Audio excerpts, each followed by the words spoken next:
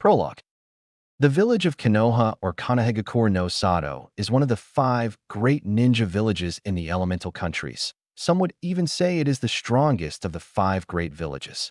The village has created many great and strong ninjas such as Hashirama and Tobarama Senju, Hiruzen Sarutobi, Sakumo Hatake, Minato Namikaze, and many others who are legends in the ninja world, and today is a special day for the village as today is the graduation day for the Ninja Academy where new young ninjas will join the ranks. Ninja Academy. It is a bright morning and the sun is shining on the Ninja Academy, which is full of graduates celebrating their success and parents congratulating them for it and encouraging them on for their future. Looking on from a distance is a boy of age 5 looking with an emotionless face at the scene. The boy seems to be a little tall for his age with light-tanned skin, black spiky hair that spreads out in all directions, sky blue eyes that seem to glow. As for clothes, he is wearing black ninja sandals, combat pants, and a black muscle shirt with fingerless combat gloves, and a tanto with a black sheath with a silver hilt strapped to his back just above his hips. The most eye-catching details about the boy other than his sky blue eyes that seem to glow is the black ninja hi-8 wrapped around his left bicep and the distinct red and white fan symbol on the back of his shirt. Why are they even celebrating? Don't they know that more than half of these losers are going to get killed on the field and the rest probably won't make it past 20? The ninja path is not for everyone, especially for some idiots that are doing it for fame and fortune. Idiots, thought the boy as he looked on emotionlessly. Hey, check it out. That's the orphan kid that turned out to be an Uchiha and got adopted into the clan. Man, I can't believe he graduated and he's only 5. He must some prodigy, said one of the random civilians to his friend. Yeah, I heard he is a genius without equal. I mean, the kid graduated in just a year. Seriously, the only other kid that can match up is the clan heir Itachi, who also got graduated this year, replied the other civilian as they continued to gossip amongst themselves, no one noticing the slight flinch the boy had at the mention of adopted. The boy sighed as he closed his eyes. Yeah, I'm an orphan. Flashback 1 year ago. The same boy was lying on the ground, his forehead bleeding as he tried to get up. He glared bloody red daggers at the scene in front of him. In front of him was a middle-aged drunken man, and he was beating up a teenage girl who was also on the ground crying as the man kept on beating her. How do you like that, you little slut? When I tell you to do something, you do it, spoke the man as he drunkenly beat up the girl. The boy summoned every ounce of power from his body as he stood up shakily. Hey, you bastard, leave her alone, roared the boy as charged the man, but failed as the man kicked him away. You just don't listen, do you, little shit? Looks like I really have to teach you a lesson, said the drunken man as approached the boy and took out a kunai. Let's see if we can make a little adjustment to that annoying face of yours, spoke the man as he brought the kunai to the boy. Stop, cried the girl as she tackled the man away from the boy. The drunken man dropped the kunai as he fell down, but got angry at the same time. That's it, now you're going to get it, you little bitch, said the man as he stood up and started to strangle the girl. The girl tried to fight back, but couldn't free herself. She continued to try and free herself, but slowly stopped as the lack of oxygen caught up and life slowly left her eyes. The boy looked on horrified as the girl he considered his older sister died right in front of him, and he couldn't save her. Didn't have the power to protect her, no, thought the boy in despair and rage, and stood up as a new power flooded his body and stood up grabbing the kunai on the floor.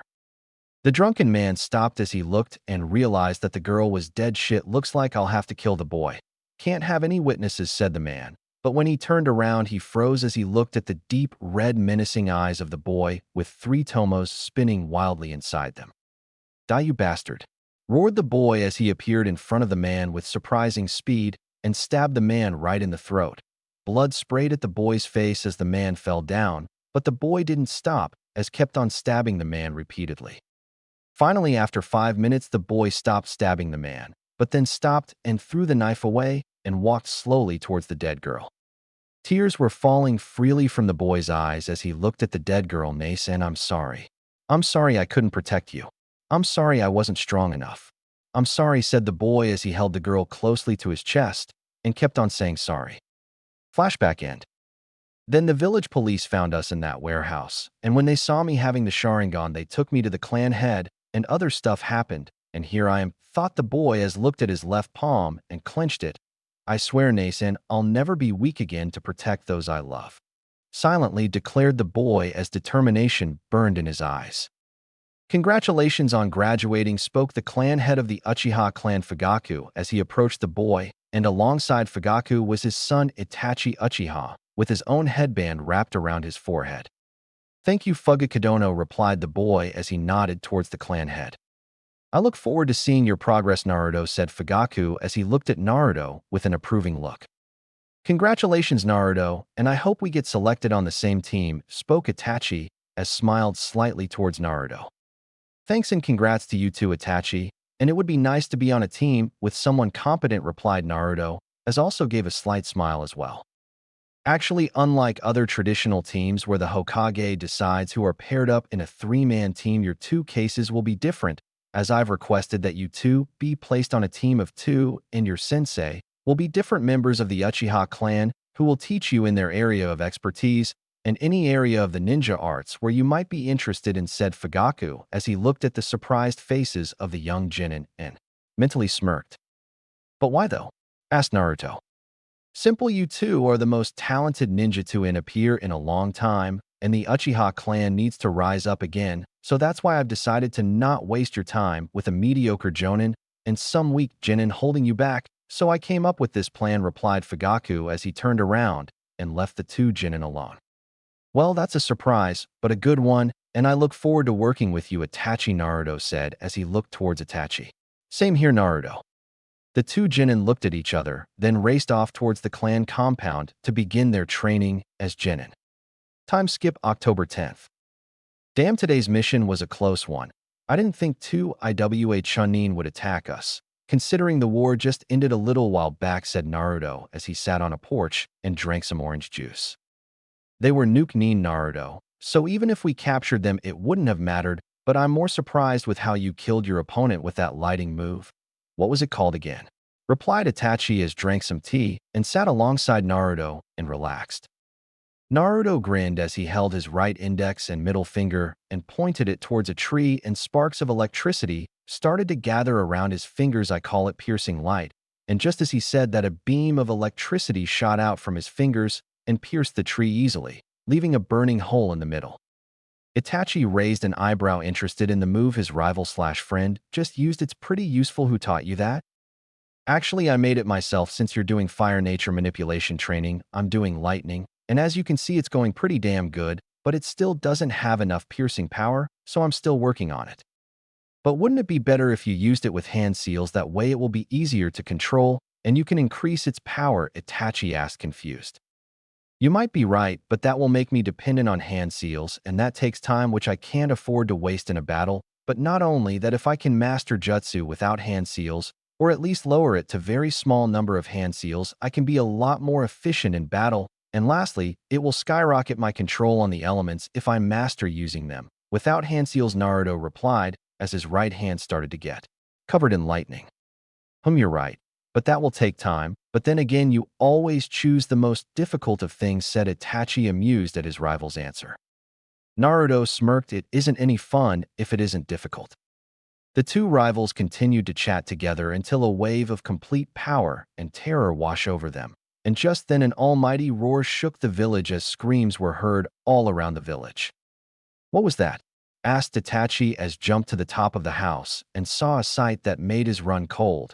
In the middle of the village was a gaunt nine-tailed crimson fox destroying everything in its path. Naruto was also shocked at the sight before him, but quickly snapped out of it and looked at his rival. Listen, Itachi, we have to get everyone to safety. You get your family and get them to the safety bunker, and I'll get the civilian Uchiha, because if that thing decides to attack here, then we will be dead, so get moving. Itachi nodded, and both boys ran towards their targets as fast as possible so they could save as many lives as possible. Later, when boys had gotten their jobs done, and now they were watching from a safe distance away the fight between the Yondaime Hokage and the nine-tailed fox. While the boys only got a few glimpses of the fight, they were awestruck that the Hokage could stop a monster like that. Hey, you two, everyone is ordered to get to the front of the Hokage tower. It looks like it's mandatory, and especially to ninjas, so get moving, said a random ninja as he passed by the boys. I wonder what the big announcement is, and I hope the Yondaime is alright, said Naruto as he started roof jumping to get to his destination. We will find out when we get there, so let's get moving, said Itachi, and both boys increased their speed. In front of Hokage Tower. Almost everyone in the village are gathered around the Hokage Tower, everyone anticipating the news of the Hokage, and everyone were whispering amongst themselves. On the top of the Hokage Tower came the Sandaime Hokage Hiruzen Sarutobi, and he waited a moment as everyone quieted down and waited for his announcement. People of Konoha, I have grave news as today, when the nine-tailed fox attacked our village and was defeated by the Yondaime. But he had to sacrifice his life to seal the fox inside this newborn child, and his final wish was for this child to be seen as our savior, said the third Hokage, and everyone was silent for a while. No one made a sound. Until roars of murder was called to kill the child or kill the demon while it was weak or finish what the Yondaime started. It kept on going until the Sandaime declared in strength law to keep this incident a secret from the younger generation, and if anyone broke it, then they would be instantly executed without trial. Everyone kept quiet after that. No one could go against a law like that made by the Hokage. Later, both Naruto and Itachi were walking back towards the Uchiha compound, and both were silent as they processed the new information. The nine-tailed fox attacked the village. The Yondaime sealed the fox inside a newborn child, but sacrificed his life. The village has suffered great losses both financially and military-wise as well. Everyone hates the child that is unknowingly keeping the village safe. So what do you think about the kid that got the fox inside her? Naruto asked as almost reached the Uchiha compound, which looked fine since the fox wasn't any at all, so the compound came out unscathed through the attack. Itachi was quiet for a moment before he answered, we owe our lives to her. I don't see why the other villagers are acting so stupidly about. They should trust the Yondaime and his sealing abilities since he was famous for it after all. Naruto nodded, yeah, but it can't be helped, they are all blinded by their rage and sorrow for now. I just hope they get it in their heads soon that that girl isn't the fox and don't do anything stupid. Yes, I hope so too, but I wonder what will in the future now, Itachi asked. Things are definitely going to change, replied Naruto as he looked towards the full moon. Chapter 1. Heritage and the Chunin Exams. It has been a year after the Kyuubi attack, and the village is still recovering and is struggling to get back to how strong it once was. Ninjas have to work overtime so that the other villages and clients don't think the village has gotten weak. Hokage Tower. Inside the main meeting room of the Hokage Tower, the village council members are waiting for the Hokage to arrive. The council consists of two parts: the Shinobi Council, which consists of the clan heads. They mainly deal with shinobi matters or their own members, while the other part of the council is the Civilian Council, which consists of civilians who deal with the financial problems of the village. While in the reign of the first Hokage there weren't any councils as he didn't find it necessary, it changed when the second Hokage decided it would be beneficial to the village, but gave them very minimum power, and it also brought order to the people of the village, though that all changed in the late years of the third Hokage, where he foolishly gave the council many rights and powers which made many of them greedy and corrupt. Today the council is just a shadow of what it once was, where before the members worked so that the village may prosper, but now it's filled with corrupt, power-hungry people that only want to fill their pockets. The Hokage entered the room, and everyone stood up as respect for the Hokage. All right, let's begin today's meeting. Hokage-sama, we evaluated all the mission reports, and we are sad to say that the village is getting lesser missions very weak, even though the ninja are working overtime. If this keeps up, our village status will lower dramatically, and one of the other villages might even attack us. We must do something to assure the might of our village to the daimyo, and the other villages spoke. Shikaka Nara, who was the head of Nara clan and the war strategist for the village. The third Hokage sighed at the news, so I've heard, Shikaku, and it seemed that making the ninjas work even harder will not help, so we must find another solution to this problem. So I ask all of you, do any of you have any ideas or suggestions? Everyone was quiet at the question. All were thinking of finding a way out of this mess. If I may, Hokage-sama? Asked Fugaku, and everyone looked towards him to see what he had to offer. Yes, go ahead, Fugaku, replied the Hokage. Hokage-sama, you said our problem is that everyone believes that our village has gotten weak due to losing many of our ninja, because of the QB incident, and try as we might, we cannot hide this fact either, so I believe we must show them what we lack in number we more than make up for in quality, said Fugaku, and everyone got interested in what he just said. That's an interesting proposal, but how do you plan on proving that? Asked the aged Hokage as he rubbed his chin in thought.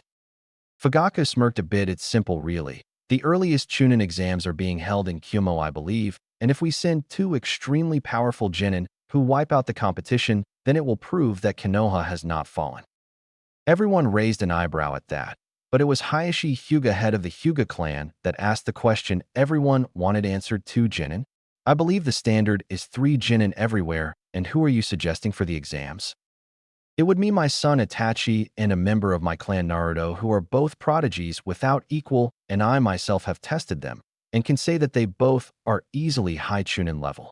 Now then, if we send them, and everyone sees that 2 Genin who are only 6 years old destroy the competition, then it will be a clear message that Konoha is not to be trifled with, answered Fugaku, and everyone found the idea quite good and logical, considering both the boys were famous because of them graduating so early and setting a record. That's a very interesting proposal. Very well. If everyone is in agreement, then Naruto and Itachi Uchiha will be sent off to participate in the Kumo Chunin exams, asked the Hokage after some thought, and everyone readily agreed since there weren't any better solutions. All right then, Fugaku, you have 1 month time to prepare the boys for the exams, because then they will have to go to Kumo for the exams. So use your time wisely and good luck, said the Hokage as Fugaku nodded, and everyone began to leave since they were dismissed. Uchiha Compound Training Grounds. Naruto and Itachi were both sparring using only taijutsu, and were at it for quite some time now. From a distance, anyone who is an expert in taijutsu will be able to tell the type of style both the boys were using. While Itachi's style looks like it was based on speed and quick precision hits and blocks, Naruto's was far different, as it was made for balance and speed and power, and made to attack all vital points on the upper body with deadly accuracy and power while dodging or deflecting any blows to his own body. The boys continued on till they were interrupted by Itachi's father. The Chunin exams? Are you sure we are ready, Fugaku? Asked Naruto. Yes, I do. I was right when I got you 2 to be taught by fellow Uchiha, and your skill have greatly improved in all the ninja arts. But now you must both choose a specific training you want to get better in, as you only have a month, and I believe it would be better if you had a trump card for the exams just in case, said Fugaku, and he waited as both the boys thought over it.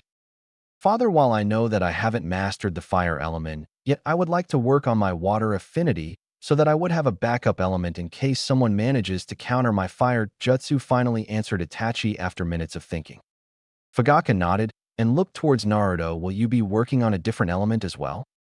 Naruto shook his head. No, I'm confident I can survive with my lightning and fire jutsu, but what I want to work on is my kenjutsu, since I haven't had enough time to get to an acceptable level, and it would be helpful if I can work with a kenjutsu specialist. Fugaku nodded. You both have made smart choices, so I will arrange for instructors for the both of you, and you will begin your training immediately. Time skip. A month had passed quickly, and Naruto and Itachi had trained non-stop in that time. After they were done, they traveled to Kumo with an ANBU just in case they have to fight anyone out of their league. Finally, after traveling for days, the 2 young Uchiha arrived at Kumogakure no Sato, and they had to admit it was a very impressive village which was situated in the mountains. After they entered the village and got through security and identification checks, they made their way to the designated building for the first part of the exam. The first part of the exam was extremely easy in their opinion, since it was an information gathering test where they had to steal information containing papers from the other genin and not get caught by any proctors. It was easy considering they could easily pickpocket the weaker teams with help from some genjutsu, and they didn't even know it. Then came the second part of the exams, which according to the proctor is a survival exam where the genin teams have to protect the scroll they are given while destroying the scroll of another team, while also surviving in the harsh mountain range full of dangerous animals and with having less sources for food and water, which forces the teams to fight over them, and having proof of their achievement of survival and destroying another scroll, and should a team get their scroll destroyed or damaged beyond use, then they also would be disqualified. This exam would continue for 5 days, after which the surviving teams will be allowed to continue to the next part of the exam. Alright, Itachi, looks like we're going to have to finish off a team as quickly as possible and then disappear to the rest and gather food and water so we can survive, said Naruto as he and Itachi both quickly ran in the forest. Do you have a plan in mind for taking out a team as quickly as possible without us revealing any of our techniques? Asked Itachi. Naruto grinned as he activated his 3-Tomo Sharingan. Don't I always, Itachi? Well, let's hear it, asked Itachi, and Naruto began to explain his plan. In another part of the forest was a group of 12-year-old Mizu genin who were jumping along the trees and preparing themselves so that they could attack a team soon. Damn, looks like it's our lucky day, guys. We found those Konoha babies this early, said one of the genin as looked at the clearing in front of them and saw both Naruto and Itachi sitting near the base of a tree. Yeah, let's just destroy that scroll they have and be done with it, replied another genin. The 3 genin made their way towards Naruto and Itachi, who didn't notice their presence till they jumped in front of them. Hey Konoha, brats, how about you give us that scroll of yours, and we won't hurt you? Much said the leader of the 3 genin as he smirked at them. No way, this is our scroll. We're not going to give it to you, stammered Naruto as he took out a kunai and stood up shakily. Itachi wasn't faring any better as he tried to stand bravely. The Mizu genin smirked at the cowering kids. Listen, we don't want to hurt you, so be good kids and give us the scroll, said the leader as he and his teammates got closer to the Konoha genin, and the leader picked Naruto up by the collar as he glared at him in order to intimidate him, but frowned when he saw Naruto smirk. What's so funny, brat? Asked the leader.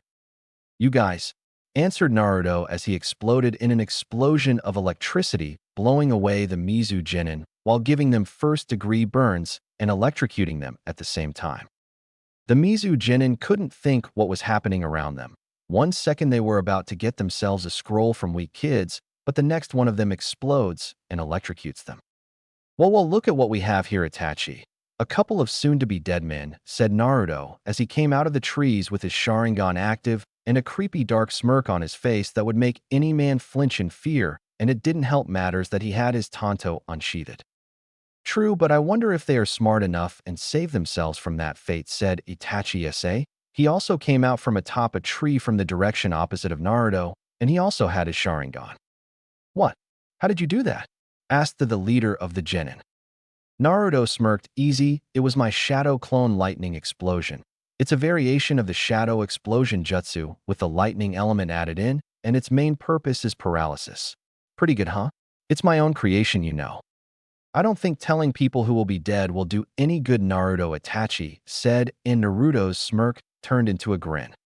I guess you have point. Well then, shall we begin? Asked Naruto as he came closer, and the genin began to try to move their bodies, but it was futile. Their bodies just won't respond. All their limbs were numb, and they couldn't move their face away from those evil-looking blood-red eyes. Wait, look, just take our scroll and let us live. We promise we'll never bother you again. Just please let us live, cried the leader, and the other 2 genin looked like they were about to cry. This was their first Chunin exam, and they thought after going through 9 crank missions this would be a breeze. They had never imagined they would have to face someone so dangerous, and it certainly didn't help the fact that they were only 2 6-year-olds, and the dark looks on their faces just made everything worse. Naruto frowned. All right, but if we see you again. Then his face positively gained a murderous look, and the killing intent he was releasing was like dropping 20 pounds on their heads. I'll break you.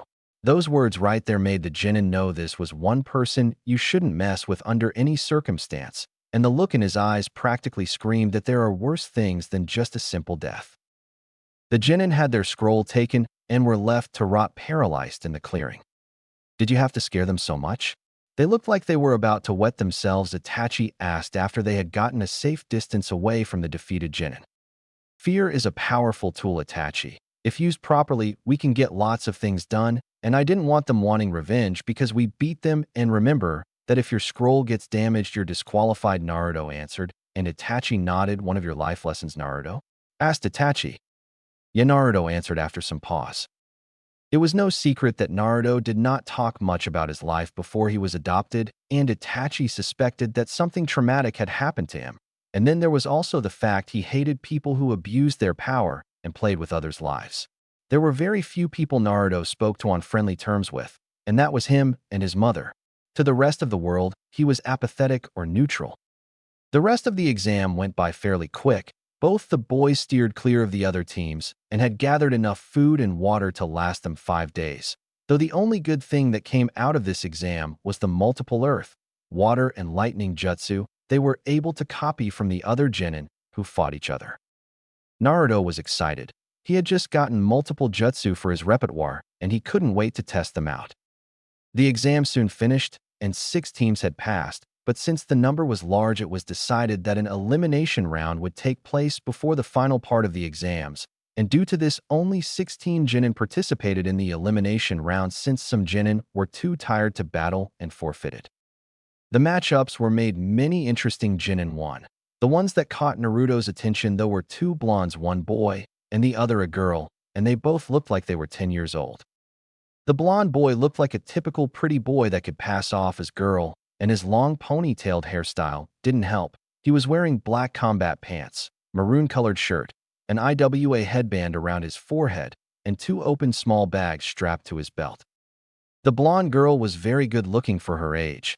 Her figure showed she trained a lot, and she was wearing black pants, a long-sleeved blue shirt with a gray vest, and kept her hair in a ponytail with a kumo headband around her forehead. They both had won their matches quite easily. The blonde boy, whose name was Deidara, won his match by using exploding clay and making them into spiders and surrounding his opponent and forcing to surrender unless they wanted to be added to his art. Needless to say, his opponent quickly surrendered. The blonde girl named Yujito Ni also had an interesting match. She pretty much overpowered her opponent with great speed and fire jutsu.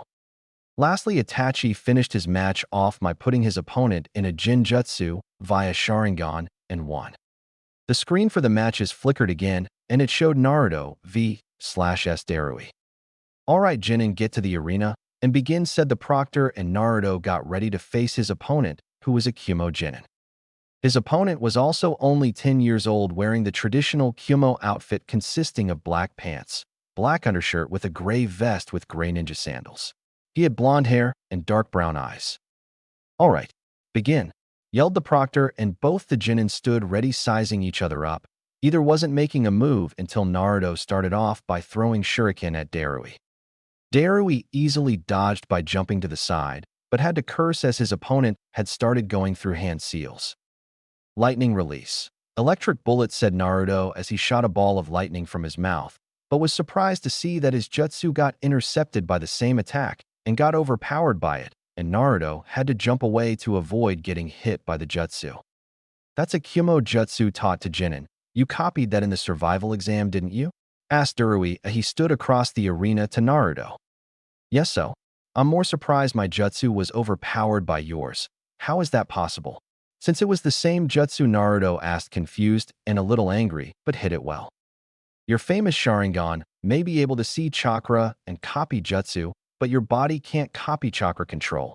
Even if you know the jutsu, it won't matter if your opponent knows the jutsu better than you, and this goes to show your jujitsu isn't perfect, huh?" Darui asked, a little proud of himself. Naruto was surprised he hadn't thought of that. Even if he could copy any jutsu, it would be useless since he won't be able to use it full-powered instantly. Because of his lack of control, "I have to get my chakra under complete control. It's my power, and I'm its master, so it's only logical I'm master controlling it. And from now on, I have to be careful with which jutsu I use because using half-assed jutsu will get me killed," Naruto thought and promised himself. "I see, thank you for making me realize my mistake, and for that I'm going to finish this off fast, and with my own jutsu," Naruto said with a neutral face and unsheathed his tanto, and lightning started to cover the blade. "Don't think it's going to be easy. I plan on winning this too, you know," Darui said as he took out a kunai. "Then let's finish this," Naruto said as he ran forward, and Darui did the same, and as they came within 2 meters of each other, Naruto activated his Sharingan, and Darui made the mistake of looking into his eyes, and it was over. Darui's body was completely paralyzed, and he couldn't move after seeing those red eyes. "Damn it, Jinjut," Darui thought, angry at himself for forgetting that fact. Naruto had stopped in front of Darui and had his tanto held close to Darui's neck, and the proctor called the match. "Don't be disappointed that you lost. You were a lot better than the other genin in the exams, and I'm sure you can get promoted if you try again next year," Naruto said as he walked away, never noticing Darui smiling. Damn, that is one cool kid, said the third Raikage as he saw the fight. After the elimination matches were done, and the Raikage gave a speech about the true purpose of the Chunin exams, which Naruto taught was pretty stupid. The final round matches were decided. First round Naruto v/S Deidara. Second round Ujito v/S Ikki. Third round Yuki v/S Fusei. Fourth round Itachi v/S Sora. And the Chunin were given 1 month to prepare themselves for the exams which they used to train. The month had passed quickly for Naruto and Itachi, and they both had trained vigorously. While Itachi had worked on improving his taijutsu and jinjutsu, Naruto had worked himself to the bone doing chakra control exercises since he had high ANBU captain-level chakra and the most potent chakra ever. He had his work cut out for him, but he had succeeded in getting his chakra control to mid-jonin level, and he worked on improving his speed. The day of the final exams came, and the arena was full of spectators, and many important figures had come like the daimyo and the Hokage, Kazekage, and Tsuchikage. The proctor welcomed everyone to the arena and began by listing the matches and finally calling on the fighters' names, which were Naruto and Deidara. Both Chunin stood across from each other, staring each other down, and Deidara smirked, "Well, now ready to get your ass kicked, little Uchiha?" Deidara asked, trying to rile up Naruto, but it seemed futile since Naruto looked at him with a bored look. "Big talk coming from a girl playing with mud," Naruto said, and internally smirked at the angry look on Deidara's face. "That's it, you little shit. I'm going to murder you for that comment," Deidara exclaimed and shoved his hands in his pouches and took out his detonating bird clay and fired them at Naruto. "Hope you like art, 'cause art is an explosion," Deidara said in joy and a little madness, and waited to see his art unfold, but was surprised when Naruto moved his arm in a cutting motion and his clay got destroyed midway. But that wasn't possible, Deidara thought, until he saw sparks of electricity in the air. "What was that?" Deidara asked, surprised and slightly nervous since he was a long-range fighter, and if Naruto found a way to defeat his style, then this fight was over. Naruto smirked. "That's my latest move, lightning sword slash." And as he said that, lightning gathered around his right hand and moved forward and took the shape of a sword around his hand. "Pretty cool, huh? I can control its range and size, making it the best move for destroying your little mud toys before they can reach me," Naruto explained. And while Deidara should have been afraid a little since his opponent could counter him, he was more enraged of the fact that Naruto mocked him and his art, and that was unforgivable in his book. "I don't care about your move. You mocked my art, and now I'm going to make you face the consequences," Deidara said, as he started firing off different types of detonating clay animals like spiders, snakes, and birds, but they were futile against Naruto, as he simply destroyed them before they could reach him. "I think it's time I finish this before you can come up with a different plan," Naruto said as he disappeared from Deidara's view, who panicked at not being able to find his opponent, but it was too late as he felt a blade to his neck and saw Naruto holding his tanto to his neck. "How did you?" Deidara asked, stunned. "Easy, the second move I created, which I call Flash Step, which allows me to move at high speeds, and now it's over," Naruto answered with a smirk, and the proctor called the match, making Naruto the victor, and the crowd cheered. The next matches weren't as special as Ujito. Itachi and Fusei won their matches, and the semifinal match began. The proctor began the match, and both the Chunin studied each other before Ujito charged forward and started to throw a barrage of punches and kicks at Naruto, who simply dodged or deflected the attacks. And this kept on going for 5 minutes, where try as Ujito might, she couldn't hit Naruto, who was stronger, faster, and had way better technique. Naruto was getting bored since Ujito couldn't land any blows on him while he was getting in a few very destructive punches to her upper body, and she WSS, slowing down, a sign of her running low on stamina. Naruto finally punched Ujito across the face, which sent her flying 2 meters backward. "You should give up since you're outmatched here," Naruto said. And when Ujito saw Naruto's face, her blood boiled since his face showed he was bored, like she wasn't even worth his time, and that made her very angry. The audience were stunned when Ujito was covered in a blue cloak of chakra, and her brown eyes became blue with slits, but Naruto was even more surprised when she disappeared from sight in a burst of speed and appeared in front of him with her fist pulled back and punched him, which sent him flying back. As Naruto quickly rolled on the ground and got back up, he shot forward with Flash Step and tried to fight Ujito, but it was useless since she had incredibly stronger and faster, and he just couldn't keep up even though he tried using Flash Step, and even his Sharingan wasn't helping since his body couldn't react fast enough to stop Yujito's attacks and leave him to perform long-range jutsu. Damn it, there has to be a way for me to turn this fight back around, thought Naruto as he tried to block Yujito's punches and was sent hurtling back by a hook to the jaw. Give up, Yujito said in her two-tailed Biju cloak mode to Naruto, who was bleeding on the ground. Damn it, is this my limit? No, even if I lose, I'll go down fighting, because I'm never to give up. Naruto thought with extreme determination and got back up on his 2 feet and glared at Yujito. Don't you ever dare to tell me to give up. Naruto roared, and his body was flooded with new chakra and his right arm felt like it was burning. And as he pointed his right palm towards Yujito, a sky blue-colored chakra chain shot out at her with super speed, and the surprised Yujito couldn't act fast enough to dodge as he chain wrapped tightly around her, and her Biju cloak started to disappear. Naruto himself was surprised at what he just did since he thought he was only an Uchiha, but the power he was using right now was an Uzumaki bloodline, and his mind started to wonder if one of his parents were Uzumaki while the other Uchiha, but quickly stopped since he had a fight to win and his body hurt as well.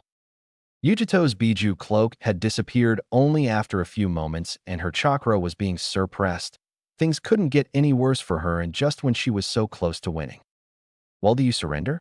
Naruto asked, and Yujito wanted to say no, but couldn't since she had lost after getting caught by his chakra chains. After a minute, Yujito sighed and forfeited, and Naruto was announced the winner, and the crowd were stunned. Even the Hokage was surprised since he didn't think that Naruto would be part Uzumaki, but it did explain his amazing chakra reserves and stamina. After Itachi's match with Fusei, it was Naruto vs Itachi, and everyone were waiting impatiently to see the fight between the two prodigies. Itachi looked at Naruto and smiled a little. I almost thought you were going to lose back there. Naruto smirked. I promised, didn't I, that we'd meet at the finals of the exams? Well, you should know by now, I always keep my promises. Yes, I suppose I doubt you from now on, but everything aside, I believe we have a match to fight. You're right, we shouldn't let me wait any longer, and with that said Proctor. Both boys forfeited. Everyone was stunned beyond belief since it was the most anticipated match of them all, and they forfeited. Boos were heard all over the arena due to disappointment. Silence, roared the Raikage, and everyone quickly shut up. All right, why did you two forfeit? The Raikage asked, and even the Hokage wanted to know.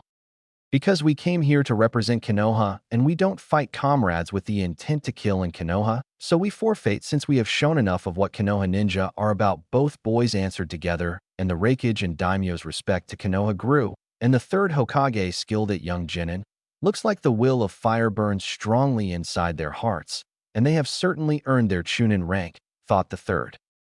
As for the crowd, they erupted in cheers and applause for the Chunin with such great camaraderie and skill. Well, looks like we're also getting the youngest Chunin title added to our names, Itachi said with amusement in his voice. And this is just the beginning. Cough, cough.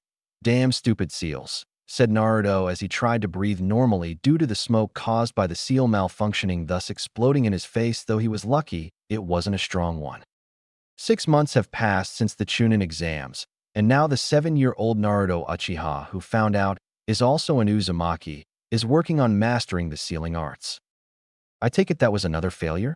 Asked Itachi as he entered Naruto's apartment through the window and had an amused expression on his usually emotionless face, and he looked around the living room. The apartment was in the Uchiha district and was fairly big for a 2-bedroom apartment with a medium-sized kitchen, 2 well-equipped bathrooms, and a decent-sized living room with convenient and comfortable furniture. The apartment was given to Naruto by Fugaku when he graduated the academy, while usually orphaned or poor members of the clan got modest housing. Naruto was a special case since he was a prodigy, and the clan wanted him to be comfortable, so they got him the best apartment they could get him. Though now the living room was a complete mess, and the room was full of smoke. No shit, what the hell did you think it was? Asked Naruto, a little irritated at the fact he kept on messing up his new resistance seals. I don't know, perhaps you finally found your ninja quirk, Itachi replied, amused at his rival's predicament. Seriously? You seriously think I have a fetish for blowing myself up now? Naruto asked, irritated at the amused face Itachi was making. Now, no need to get angry, Naruto. And besides, lots of ninjas have weird quirks like the Sannin, for example, who are famous for either being a pervert, a drunk, or a mad scientist, though I suppose it comes with the power since, as they say, power and madness come hand in hand, though it's up to us what kind of madness or quirk we get, Itachi replied slyly. Naruto smirked. Like your quirk is collecting cat paw prints? Itachi had a surprised expression for a second before it vanished, and got replaced with an irritated one. May I ask how you found that out? I was taking a stroll around the district when I saw you with Shursui doing something, and I got curious since you don't spend much time with him, and later I saw you guys taking cat paw prints. Seriously, Itachi? Naruto asked with a grin and mentally praised himself for being able to make Itachi embarrassed. Itachi coughed to compose himself. While moving along, looks like you can't really improve in Fuinjutsu without a proper teacher or books, and since the clan is limited on the subject, I suggest on convincing Jiraiya of the Sannin to teach you since he is the only seal master left in Konoha. After all, Itachi advised helpfully, and Naruto sighed as he thought over his options. Since he couldn't find books on the subject, and working by himself wasn't getting him any good results, he will need a proper teacher if he wants to master the art, and Jiraiya is the only person who can help him. Looks like I'm going Sannin hunting. Well, any advice on finding the guy since he travels a lot, or how to convince him? Naruto asked as looked at Itachi. Well, you could ask the third Hokage to give you a mission with Jiraiya, and you can convince him on the way. Thanks, Itachi. I think I'll do that, said Naruto as he prepared himself to leave for the Hokage Tower. Hokage Tower. Hiruzen Sarutobi sighed as he looked at the young ninja in front of him. So you want to learn Fuinjutsu from Jiraiya, and in order to do that you want to go on the next mission? He goes on with him. Naruto merely nodded. Yes, Hokagedono, I do, since it's only right I master the art that my clan was famous for. The third Hokage nodded. Well, that's true, and from your mission's record, I guess you can go on in a rank mission now, but I doubt Jiraiya will teach you since he's very adamant about not having any more students after the fourth Hokage died. Naruto, however, didn't falter. He doesn't has to take me as his apprentice, but only teach me Fuinjutsu, Hokagedono. Well, you can convince him of that yourself. Anyways, I'll reserve you for when he comes back, so don't take any missions, and when he comes back you can leave for the mission. Naruto nodded stoically and excused himself, but on the inside he was very excited since he couldn't wait to start mastering Fuinjutsu. 1 week later. Naruto is waiting at the entrance of the main village gate with his ninja gear and is waiting patiently and leaning on a wall casually. He had gotten the news that Jiraiya was back and his mission was given to him, which was to spy on one of the important food merchants of Konoha who was suspected of betrayal and find out if he's planning on betraying Konoha or worse, allying with another hidden village. It was a simple but important mission since if the merchant wasn't going to betray them, then it was fine, but if he does, then his life would be forfeit since if he sides with another village secretly and later sends poisoned or tampered food, then the village would suffer, which wasn't acceptable. So here he was waiting patiently for one of the Sannin and preparing himself mentally for any situation on the mission and thinking of ways to convince the Sannin to teach him Fuinjutsu. He didn't have to wait longer as an energetic and curious voice interrupted his thoughts. Well, so you're the kid Prodigy I've been hearing about, and looks like we're going to work on the same team, huh? Asked Jiraiya as he looked at Naruto and silently observed him. The kid looks like he trains hard, and the look on his face tells me he's killed before, so he won't be a hindrance, and it looks like the rumors were true. He isn't arrogant or a show-off like the rest of his clan, and that just gets him on my okay book, though Jiraiya appraisingly of the young Chunin. Hello, Jiraiya. It's nice to finally meet you, and yes, it looks like we will be working together on this mission, and I hope I can learn a lot from you on this mission, replied Naruto as he nodded towards Jiraiya. Damn, I wish all kids were this respectful, thought Jiraiya as he smiled at the polite Chunin. Well, that's good to hear, and I've also heard you were looking for me to teach you Fuinjutsu. Is that right? Asked Jiraiya as he looked at Naruto and waited for his response. Yes, that's right, Jiraiya, and I'd appreciate it if you would teach me, replied Naruto and waited anxiously for a reply. Jiraiya sighed. Look, kid, as great a prodigy and polite kid you are, I just don't want to have another apprentice right now. Naruto sighed at the reply. I understand, Jiraiya, but you don't have to make me your apprentice. I just want to learn Fuinjutsu from you. And if you don't have the time for that, then please I request you to at least lend me some books or advice you might have, Naruto pleaded, and Jiraiya raised an eyebrow at the request since most Uchiha, even the most modest, won't lower themselves to plead anyone. Well, damn kid, why do you even want to learn Fuinjutsu? Jiraiya asked, perplexed at the young boy. As you know that Uchiha was destroyed in the Second Great Shinobi War, and so was the Uzumaki clan, and most think that the clan is extinct, but they aren't as they live on through me, and that's why I want to learn Fuinjutsu, so that I may honor my clan's memory, replied Naruto with passion and determination in his every word, and Jiraiya sighed as he heard the reply. You seriously know how to convince someone, kid, and besides Fuinjutsu was practically created by the Uzumaki clan, so it's only right that an Uzumaki masters it. Plus, I'll be even more famous when word gets out. I trained another genius, Jiraiya replied sincerely at first, but boastingly at the end, as he praised himself on his amazing teaching skills. Naruto got relieved and excited at the answer. So you'll teach me? Yeah, I guess so, kid. So come on, we got a mission to do, so let's get moving. I'll teach you a few things on the way, replied Jiraiya, and both ninja headed out towards their mission. Later, after 2 days of travel, both ninja found themselves at the designated town in which their target was supposed to have a meeting.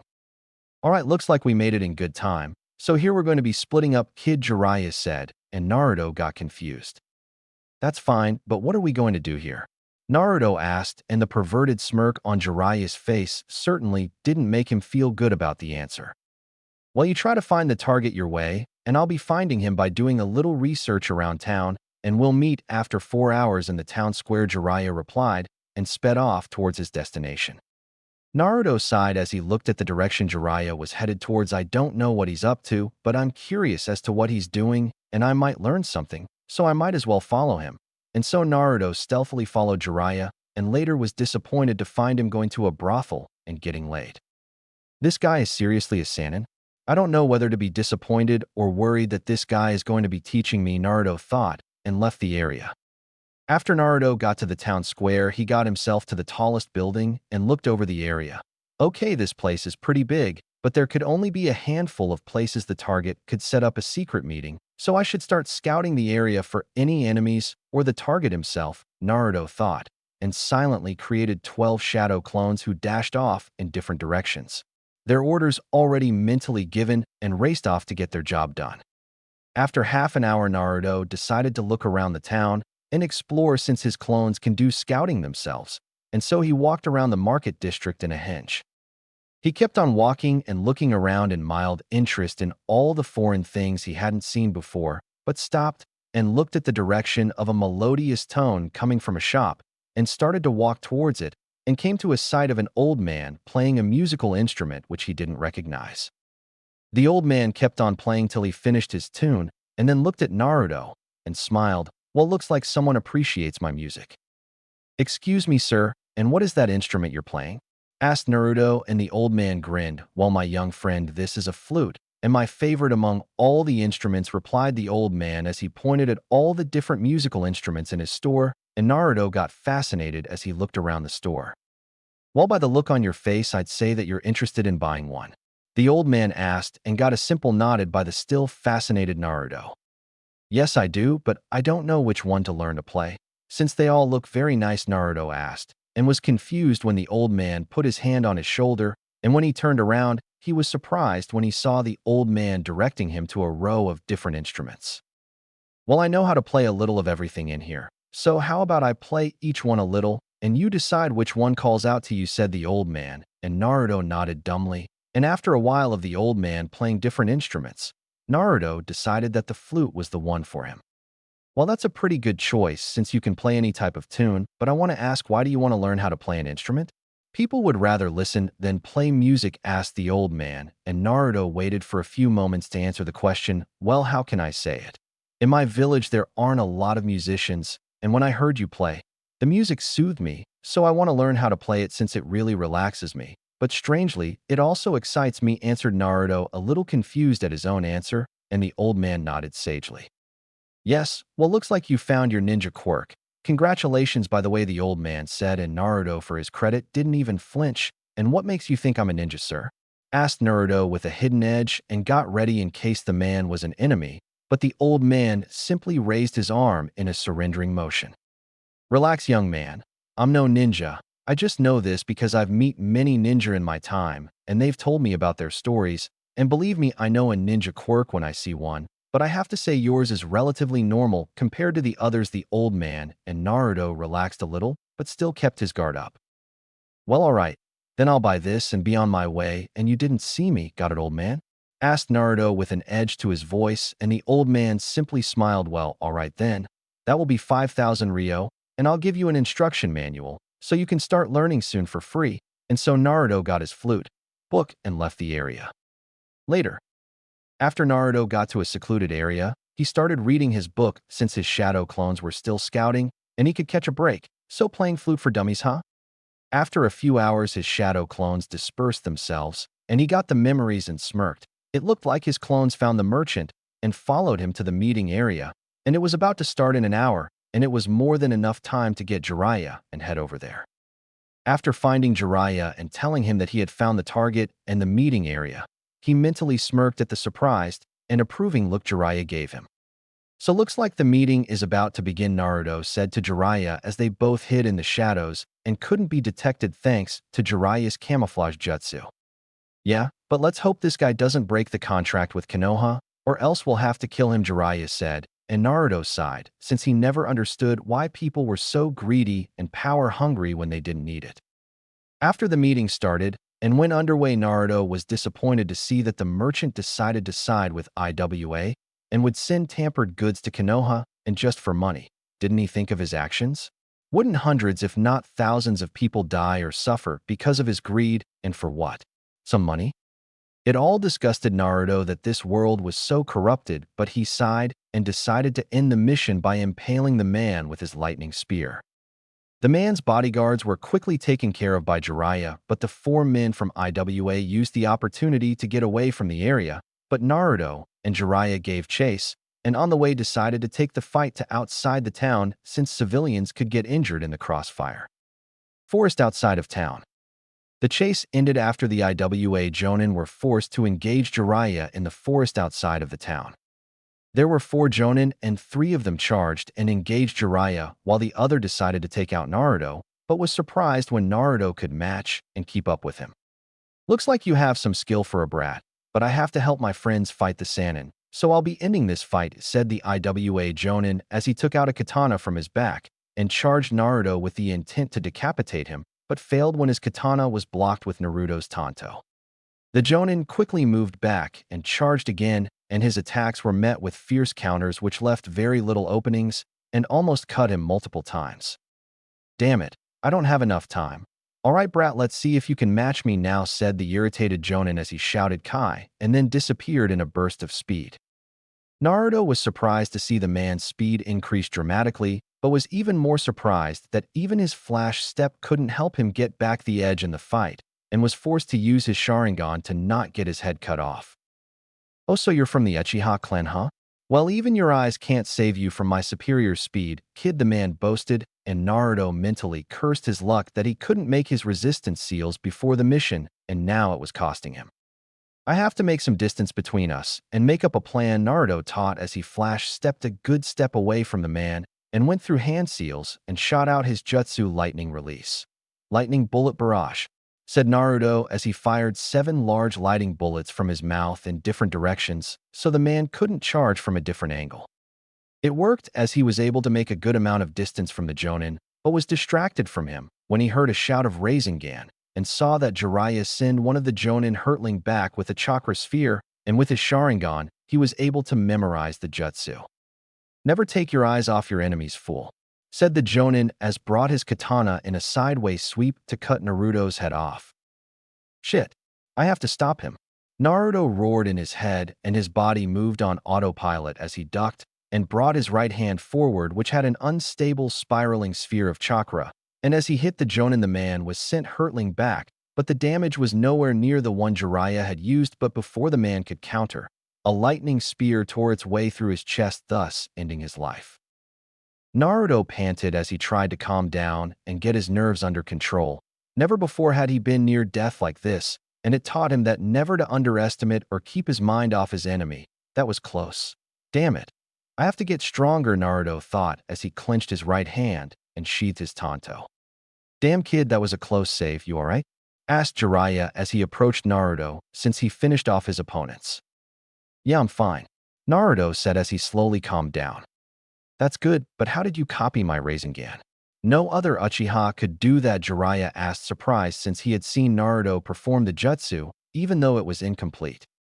I don't know exactly, but I think since the Sharingan can see chakra and gives photographic memory, it can copy jutsu, and it can do that by copying the hand seals which control the chakra flow and makes it easier to use the jutsu by reducing the chakra control needed.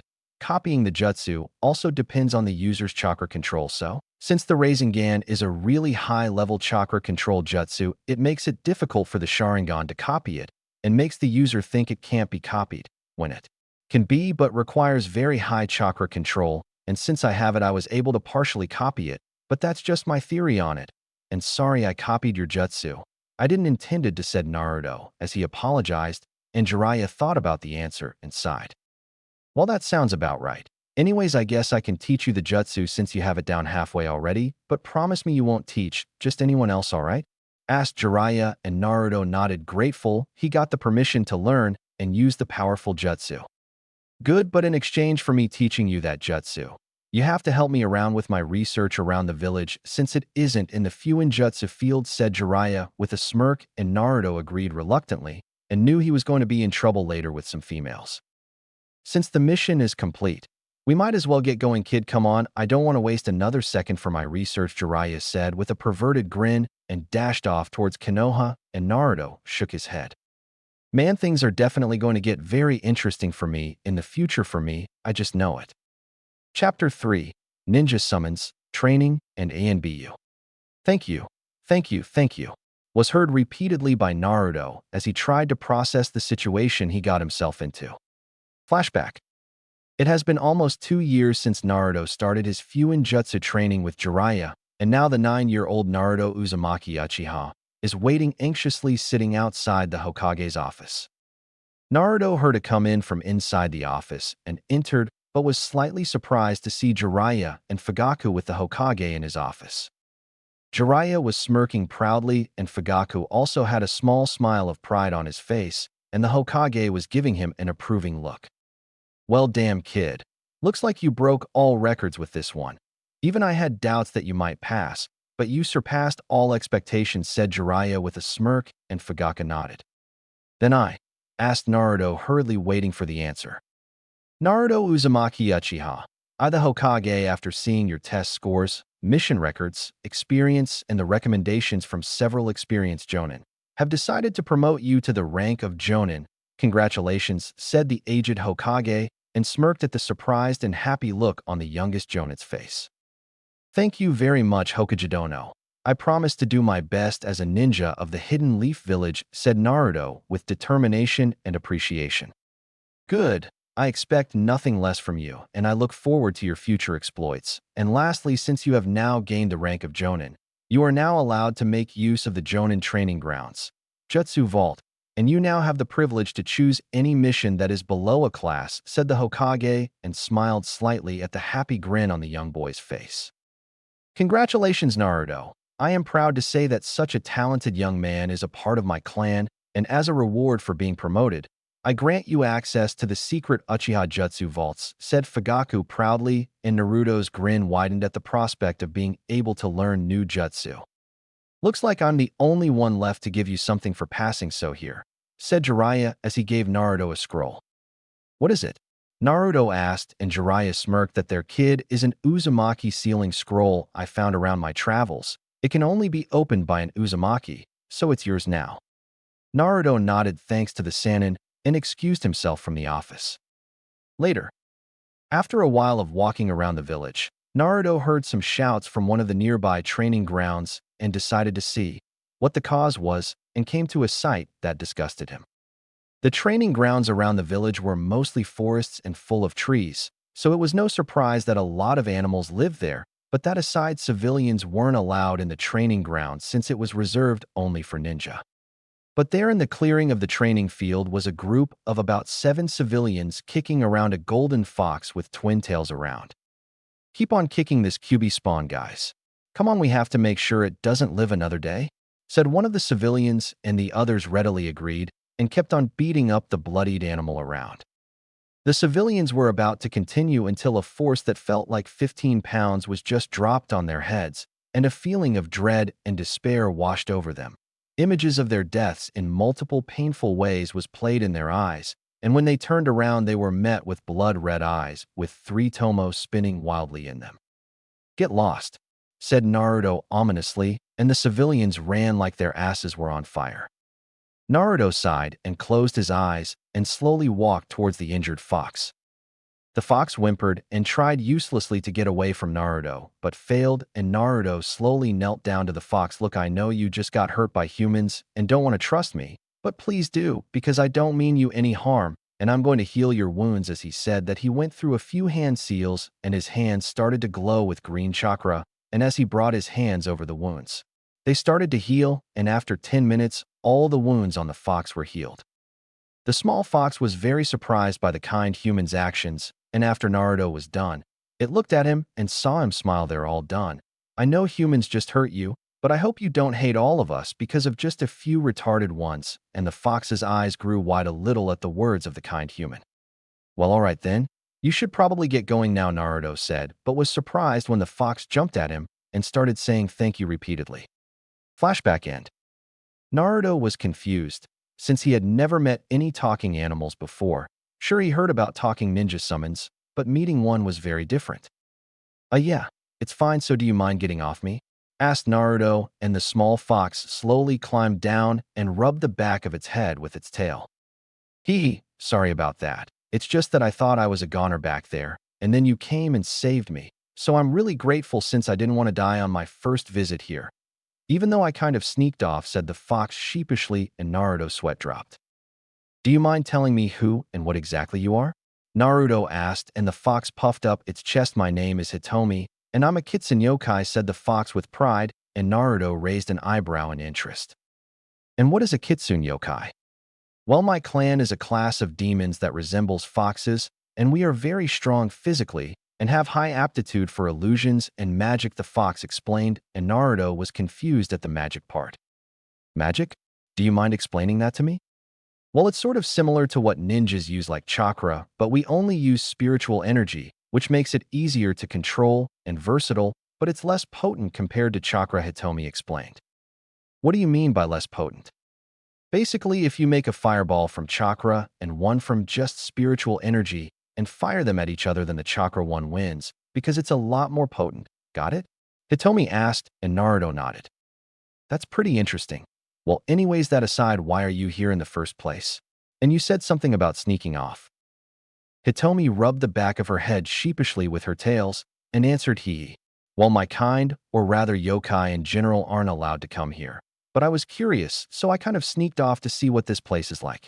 Hitomi explained, and sweat dropped when she saw Naruto staring at her pointedly. "What? My kind is very curious, you know." Naruto sighed. "That's fine, but you should have taken someone strong with you to protect you. If it wasn't for me, then you could have died." Hitomi huffed in annoyance. "Excuse me, but I'm pretty strong, just so you know. The only reason those pathetic people could beat me up was because I was exhausted after using my magic to open a portal here." "A portal?" "Well, it's sort of like the summoning thing you ninjas do, but without the smoke. Basically, we find a place we want to go to, so we use our magic to teleport us there. It's a little more complicated than that, but that's the basic idea of it," Hitomi explained, and Naruto decided to ask about the portal later. "Bye for now, okay? So why are yokai not allowed in the elemental nations?" "I don't know the whole history of it, but it's something of an agreement between all yokai that without a contract between specific humans and yokai, we aren't allowed to come here. Right now, the yokai I know of that have contracts with humans are the toad, snake, and slug yokai, though they are pretty low class, and the summoning contract is how they are summoned, by the way." "Wait, so you're telling me that the ninja summons the Sannin have are yokai, and that they are low class?" "I don't know who the Sannin are, but if you're talking about those talking giant toads and the other two, then yeah, we are on the same page." "Okay, so what now?" asked Naruto after a moment of silence, so he could process the information he was given. I know that you saved me and all, but I'd really appreciate it if you show around your village a little, since I've never seen a human one before, and all this trip would be useless if I don't even see any good places," Hitomi requested, and Naruto decided to help the fox. Later, after giving Hitomi the tour of the village while keeping to the rooftops, since the village populace had a real dislike for foxes, Naruto decided to take a break in one of the empty parks. While I didn't think a human village would be like this, it's definitely a lot different than my village, said the happy fox, and Naruto smiled. Well, I'm glad you enjoyed your tour. So now are you going to go home? Naruto asked, and Hitomi fidgeted nervously. I don't mind, but hey Naruto, I was thinking. Well, I really like this place, and I'm sure my clan would like this place too, but we can't come here without a contract. So will you make a summoning contract with my clan? Hitomi asked nervously, and while Naruto was surprised at the offer, he also had doubts and questions about making the summoning contract. While I appreciate the offer, I don't understand that. Why me though, and why even make a contract with a ninja? You do know that we ninjas do many things that are not honorable, and we occasionally have wars or something similar on a smaller scale, so why? Hitomi smirked. It's pretty simple. You see, Yukai have made a pact to not have wars between ourselves, but we haven't made any rules about helping humans fight. So by fighting humans, or other Yukai by proxy, we sate our lust for battle. While Yukai have different species and beliefs, one thing we all have in common is the lust for battle. And besides, what did you think the other ninja summons make contracts? We don't do it just out of being nice, finished Hitomi with a bloodthirsty grin, and Naruto's sweat dropped. Come to think of it, I've never heard of why ninja summons make contracts in the first place, even when they don't have to, so that's why, huh? Guess that's one mystery solved, since it does make sense. Summons are almost always used in large-scale battles. All of this aside, I need to think of the pros and cons of this contract. If I make the contract, then I get fox summons, and I might even get special jutsu or knowledge they might have. But the cons are that a lot of people in Konoha will be scared of me of having fox summons because of QB if words gets out, and other villages might target me for my contract. But in the end, I guess it's worth, so might as well make the contract, thought Naruto seriously, and made his decision and agreed to the contract. Great. But there is a slight complication though, Hitomi said, and Naruto got curious. And what would that be? Naruto asked, and Hitomi laughed a bit awkwardly. Well, you kind of have to make the clan head accept you as our summoner, and well, she isn't very easy to impress. Okay, so will I have to pass a test? More like she will stare at you for a minute and decide whether you're worth her time or not. Okay, I think I can handle that, Naruto said, a bit confused as to how the clan head would test him by just staring at him, but shrugged it off since he guessed Yukai had different ways than humans. Alright, that's the spirit. Now since I now have enough Yuki to send a signal to my mom, she can come here and test you. Hitomi said energetically and started to use her Yuki, and it was a visible violet color, and a Yuki-made seal appeared beneath her paws for a few seconds before it vanished, and a minute of silence later. A puff of smoke formed, and when it dissipated, a six-tailed golden fox 3 times the size of a tiger appeared and glared at Naruto and Hitomi. Now then, Hitomi, will you tell me where did you run off to, and who is this human? Asked the giant fox with a tone that meant complete business, and Naruto found himself being nervous a little. Well, it's a long story, Mom, Hitomi said awkwardly. I have time, so explain yourself, answered the fox, and Hitomi explained her situation of how she came to the human realm and how she was attacked by dumb humans, but Naruto quickly saved and healed her and gave her a tour of his village as well, and after she was finished, she got scolded for a good 15 minutes on her stupidity and that she will never get to visit again if she ever did it again, and after the fox was done lecturing Hitomi, she turned her attention at Naruto. First of all, I want to thank you for saving my daughter, and secondly, I will introduce myself. I am Hikari, clan head of the Kitsune clan. Hikari said in a regal manner fit only for royalty. Think nothing of it, Hikaridono, Naruto replied respectfully, and Hikari smirked a bit at his polite but confident voice. It was very rare to find a human that didn't piss their pants or stutter in front of her, and that was something. Now then, Hitomi here tells me you want to make a summoning contract with our clan? Yes, I would greatly appreciate it if you would make me your summoner, Naruto said with determination, and Hikari smiled a bit at his attitude.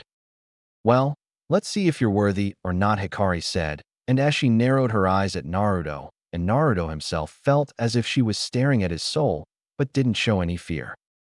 After a minute, Hikari asked, all right, flare your chakra a little. Naruto simply nodded and did as he was told, since it was probably part of the test, and as he flared his chakra, A sky blue cloak covered his body in the shape of lightning, just like the Super Saiyan aura in DBZ, though Naruto's is sky blue. Hikari's eyebrows shot up in surprise at the amazingly strong and dense chakra the young boy was flaring. Amazing. I've never seen chakra this dense or strong from a human. Even most strong yokai don't have yuki this strong. An even more amazing fact is that it seems to be growing stronger. This human is definitely special and different from all the rest, thought Hikari calculatingly. All right, that's enough. I have made my decision. You are acceptable to become our summoner, said Hikari, and Naruto stopped immediately in surprise at the statement. That's it. You don't even know my name, my motives, or the village I'm from, and yet you will accept me as your summoner so easily. Naruto asked in shock, since he couldn't believe his luck or the absurdity of the situation, since first what was just a walk turned into him getting summons. We don't care about your heritage, village, or goals. What we look in a summoner is someone who is a strong person both physically and spiritually and stays loyal to us and gives us the opportunity for battle and prove ourselves. You have proven yourself to be more that worthy. How did you find me to be worthy by just staring at me? Naruto asked, perplexed. Eyes are the windows to the soul, young man, and I saw that you have a very strong one, Hikari said wisely. And I went through your memories, and I have to admit you are a very strong individual, Naruto Uchiha. And you will continue to grow stronger, thought Hikari, and breathed a stream of fire from her mouth. And as the flames disappeared, there at the ground was a large-sized crimson-colored scroll with a blue flame design on it. This is our summoning scroll. Sign your name on it with your blood, and make your print on it as well, and you will become our summoner, Hikari said, and Hitomi jumped in joy for Naruto succeeding, and Naruto himself smiled. After he finished writing his name and making his handprint, Hikari checked the scroll and nodded, and the scroll disappeared in a puff of smoke. Very well then, from this day, Naruto Uzumaki Uchiha, you are our summoner and will have our aid. Also, on a side note, I will be summoning you sometime later to our realm, so we can teach you some of our skills and techniques, Hikari said, and Naruto smirked at the prospect of learning new techniques in jutsu. It was one of his favorite things after all. All right, I knew that you could pass Mom's test and become our summoner.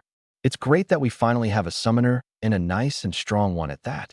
Hitomi exclaimed, and Naruto raised an eyebrow in surprise. Your clan never had a summoner before. No, you will be the first summoner, and I hope you spread the name and might of our clan to all the elemental nations and summon realms, said Hikari, and Naruto nodded with determination. Hey Mom, will it be okay if I be Naruto's regular summon? Please, I promise I won't cause problems for him, begged Hitomi, and Hikari looked at Naruto. Will you accept her as your partner? I may not know her skills or fighting style, but I have a feeling we can get along and be a good team, so yes, Naruto said, and Hitomi jumped and hugged him in joy, while Hikari nodded, impressed at Naruto's intelligence. I guess I'm a summoner from today, Naruto said with pride and excitement as he looked at the happy Hitomi jumping around and the smiling Hikari. Later. So let me get this right. Not only did you get promoted to Jonin and are now the youngest Jonin in the history of Konoha, but you also got the fox summoning contract on the very same day, deadpanned Itachi, as he looked at Naruto, who was calmly sitting on a cushion, drinking some pineapple juice, and nodded. Damn, said Shursui as he looked at Naruto, and felt a little envious of the prodigious Uchiha, but felt a little happy as well at the fact that he was from his own clan and wasn't arrogant about it, his success or skill. Shursui was also an Uchiha and was around the same age as Naruto and Itachi. He was a Chunin, same as Itachi, and was also considered a prodigy. Shursui and Itachi were friends first, and later he met Naruto a little after the Chunin exams, and both became good friends after a while, and later the duo of Naruto and Itachi became trio with Shursui with them, and the young boys hung around most of the time whenever they were free. While Naruto and Itachi were friendly rivals, Itachi and Shursui were best friends since they both had a lot in common, since both were pacifists by nature and greatly loved the village and the clan, so they got along pretty well. While Naruto was different since he loved to train, fight, and challenge himself, and only held love for the clan, since he considered all of the clan his family, but was neutral to everyone else. So Naruto, any other amazing feats we should know about? Shursui asked after he took a sip from his tea as the three boys were relaxing near a pond in the Uchiha district. And just as Shursui finished his question, a kunai hit the ground a meter away from the boys, and the three prepared themselves for battle. But when they saw the Konoha insignia on the scroll attached to the scroll, and the ANBU standing on the tree looking expectantly at them, they relaxed their guard a little. "Might as well see what's inside," said Naruto as he picked up the scroll and read the content inside and sighed. "So what is it?" asked Shursui, and Naruto tossed him the scroll. "Does that answer your question?" Naruto asked with sarcasm. Shursui read the scroll, and his eyes widened in surprise. "What's so surprising, Shursui?" asked Itachi as he peered from Shursui's shoulder and looked at the scroll himself, and his eyes widened comically in surprise as well. "Naruto Uzumaki Uchiha, you are formally invited to join the elite ANBU Corps of Konoha no Sato. You have 72 hours to accept or decline the offer," said the ANBU as he disappeared in a swirl of leaves. "Damn, I'm just full of surprises today, aren't I?" Naruto said with a smirk, and both Itachi and Shursui sweat dropped at that. "Now we can add unpredictable to his personality as well, I suppose," Itachi said with a deadpan. "So are you going to join the ANBU?" Shursui asked. "Why not?" asked Naruto with a smirk. Chapter 4. Demon or Angel. Snow is falling in the village hidden in the leaves, a rare event since it doesn't usually snow in Konoha, and most of the populace of the village are grateful since it's a nice break from the constant heat or humid temperature the village usually has.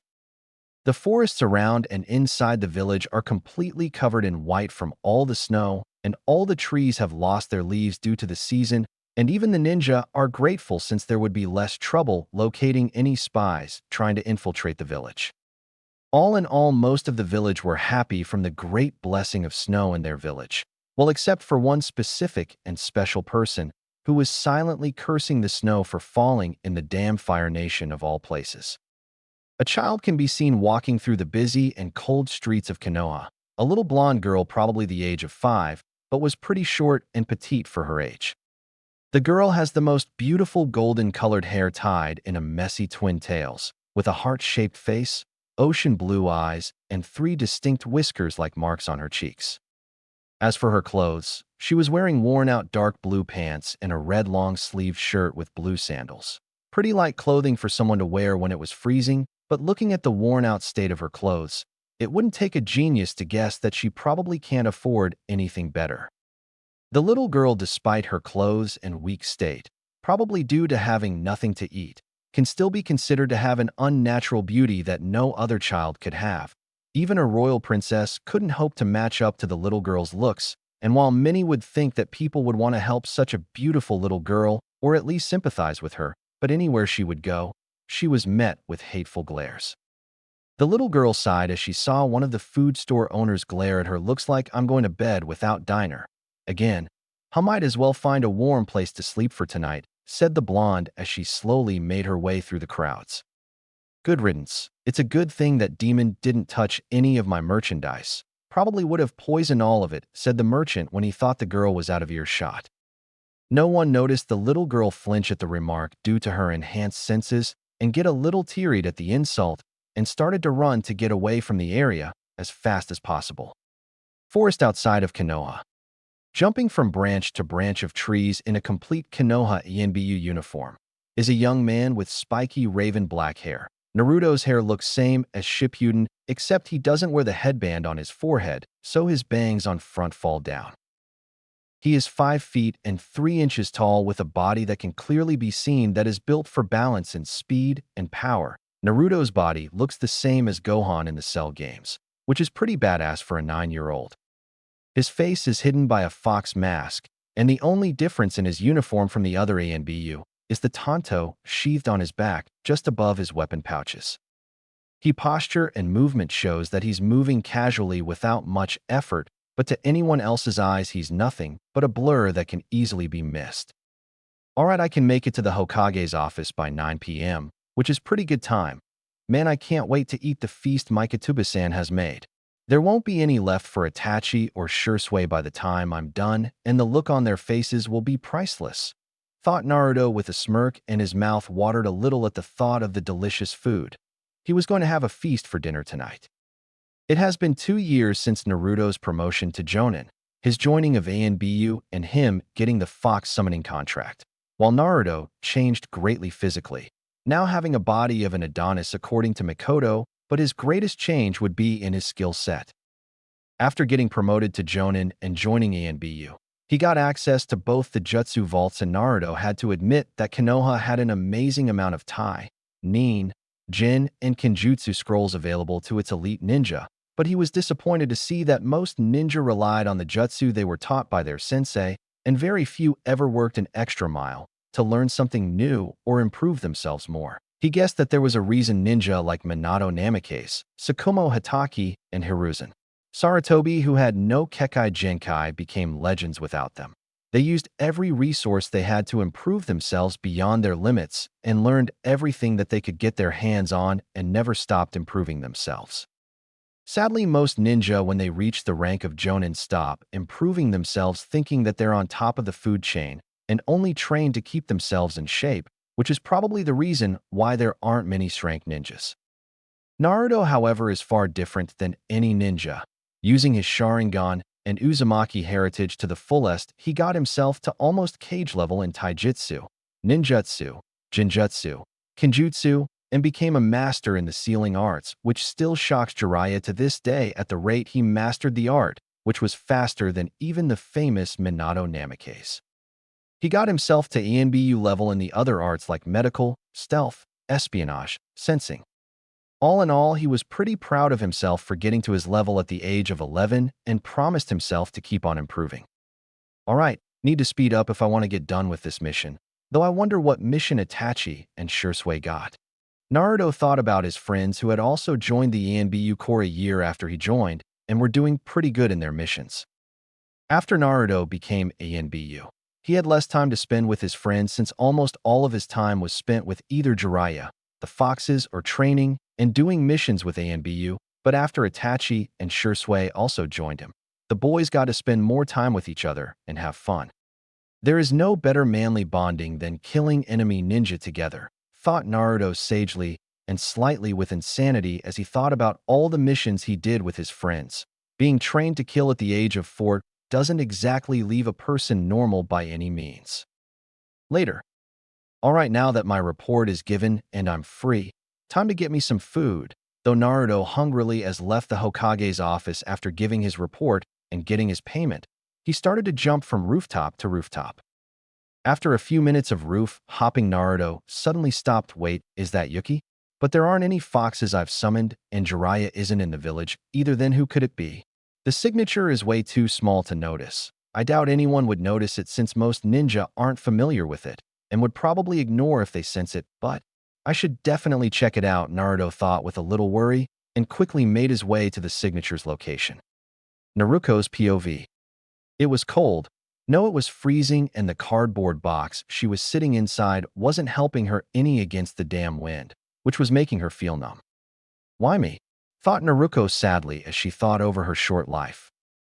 Her life wasn't easy since she was born on the day of the Kyuubi attack and was an orphan. The orphanage she grew up in until recently barely took care of her and always gave her the last and worst of everything, be it clothes or food. It didn't help that the matron of the orphanage didn't like her much and made the other kids stay away from her, though she thought it could have been worse. At least they didn't beat her up or starve her. Though now she hated the matron since she kicked her out, saying there wasn't enough space in the orphanage for her, and she was old enough to take care of herself and let her fend for herself with just the clothes on her back.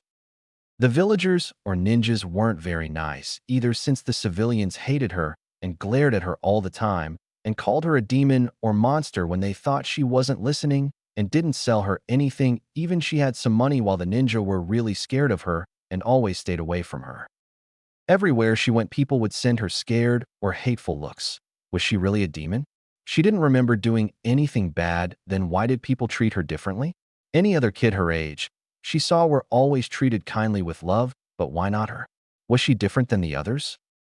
Naruko shivered as another cold wind hit her body and her arms and legs started to feel completely numb, but she tried to keep herself warm and awake and tried miserably to ignore the hunger she was feeling. Will I always be alone and hated like this? Naruko, though, as tears formed in her eyes, and she tried to fight back the tears and sniffled. Normal POV. Following the Yuki signal, Naruto found himself in front of an empty and dirty street. Well, almost empty, since there inside one of the cardboard boxes seemed to be a shivering child of 5 years old, and Naruto decided to see who it was, but he already had an idea as to who it was since no normal human could have Yuki, and there was only one person in the entire village with the ability to have Yuki and be the same age. As Naruto came in front of the little girl and finally saw her, he found himself dumbstruck at the sight in front. In front of him was a little girl with golden blonde hair, ocean blue eyes, a heart-shaped face with whisker marks on her face, and a petite figure with light-tanned skin. The tears formed in her eyes, and the sad expression on her face made his heart melt and made him want to brutally, slowly and painfully torture whoever hurt her before killing them. The girl looked like an angel, and her state made him feel depressed since he was also an orphan without anyone to look after him or help him. What is the Jinchuriki doing here? Shouldn't the village take care of her since the fourth Hokage asked for her to be seen as a hero? But even if he hadn't asked for her to be treated nicely, she needs to be closely watched and taught properly about her powers so she doesn't hurt herself or anybody else by accident. What the hell is the Hokage thinking? And judging by the looks of her clothes and body, she hasn't been eating good food or had proper supervision. Looks like me and Itachi were stupid about the people letting go of their hatred for the fox. Seriously, can't they see that they're just hurting an innocent kid? Seriously, they're worse than my own clan, and my clan is freaking cursed with the curse of hatred, thought Naruto with anger and disgust, but decided to hold those thoughts for later and help the girl in front of him. Hey, are you alright? A dumb question, Naruto thought, but was probably the best one to start with, and the little girl finally noticed his presence as she looked up at him, and her eyes widened a little. Who are you? Asked the girl nervously, and Naruto internally sighed since any kid would be nervous if an ANBU approached them, but decided to quickly finish this conversation and help the girl as fast as possible. You can call me Fox. I'm an ANBU and I saw you here, so I wanted to ask, what are you doing here and not the orphanage? Naruto asked without his monotony ANBU voice, since it had probably helped the little girl relax a little. Naruko fidgeted a bit before answering. They kicked me out because there wasn't any place for me to stay there, so I've been living by myself, Naruko answered, and Naruto quickly decided that if he couldn't kill that evil matron, then he would at least break her mind with his most horrifying jinjutsu. How long have you been living by yourself? A week now, Naruko answered, and saw the fox ANBU stiffen a bit, but didn't know why. Naruto, for the life of him, couldn't understand why he was feeling so angry. Sure, he had seen worse things done, but seeing this little girl suffering in front of him made him almost lose his control, but quickly brought his emotions under control and calmed down. It wouldn't help if he blew his gasket in front of the little girl and scare her. Okay, I have two options here. One is to take her to the Hokage and let him deal with her, or I could take her with me to the Uchiha district and help her myself. I already have a spare room and can more than afford to help her, but why do I want to help her? It's not like she's my responsibility or anything, but then why? Naruto thought, perplexed at his own emotions, but decided to do what his heart told him and help the girl himself since he doubted that the Hokage wouldn't know the status of the Jinchuriki, so either he doesn't care or he allowed this himself, so it wouldn't be much help if he took her to the Hokage. Well, if you want, you can come with me. I have a spare room in my apartment that you can use, and it's a lot better than this cardboard box, huh? Naruto asked and gained a surprised, nervous, and scared look from the blonde. Naruko was shocked at the kind and generous offer, but was also scared since no one was ever nice to her, and it made her suspicious of what the ANBU really wanted. So, she asked her question, WWHY, would you let me live with you? Naruto smiled behind his mask at the girl, because I see a little girl who needs help and I want to help, so that's why. And besides, isn't it common sense to help someone if you can? Naruto answered, but lied a bit at the end since there weren't many people in the elemental nations who would freely help anyone just out of the goodness of their heart, but the girl didn't know that yet. Now Naruko was thrown for a loop at the words of the ANBU since no one had ever helped her before, but maybe this ANBU is different? But I'm not normal. Everyone calls me a demon. Why would you want to help a demon? Naruko asked sadly, but was surprised when she heard the ANBU chuckle. Whoever said that you're a demon should get their eyes checked, because the girl I see in front of me is definitely an angel, and don't let anyone else tell you otherwise. Naruko's eyes widened at the compliment, and she blushed. Naruko continued to nervously fidget, and Naruto decided to help her calm down and make her decision. How about this? I'll show you my face. Since it's against the rules to show my face to anyone, I'll get in big trouble if you tell anyone who I am. Naruko looked surprised at the ANBU's statement, but why would you do that? Consider this as my show of trust. I'll trust you with my identity, and in turn you can trust me, deal? The ANBU asked, and Naruko thought about it. The ANBU was willing to give her his identity, which was strictly forbidden to her, just to gain her trust. So maybe the ANBU was completely sincere about helping her. So, with a little nervousness, Naruko nodded, and the ANBU slowly took off his mask. As the ANBU took off his mask and showed his handsome face, Naruko blushed a bit at his roughish handsome looks, but was greatly surprised at the sincere smile he was giving her, and she felt her heart warm up at the show of positive and warm look he was giving her. I suppose I should introduce myself. I'm Naruto Uchiha, nice to meet you. Naruko was greatly surprised at the name similar to hers, but after a moment quickly introduced herself with a great smile. I'm Naruko Uzumaki. Nice to meet you too. Naruto blinked at the name similarity, but decided to get rid of it and later find out about her origins, since her chakra was definitely that of an Uzumaki, which already made her a distant relative. What do you know? We have pretty similar names. How about you call me Fox from now on so we don't mix up our own names, Fox said with a chuckle as he put his mask back on, and Naruko nodded with a small smile.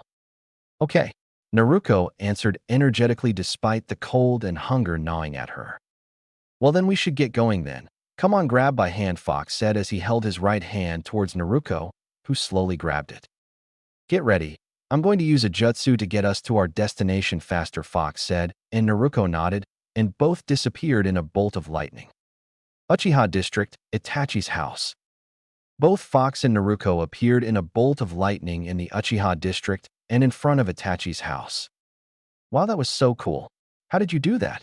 Naruko asked with excitement, and Fox chuckled. It's a jutsu for fast movement, Fox answered, and Naruko quickly asked if he would teach it to her, but was surprised when he agreed to do it later when she was ready.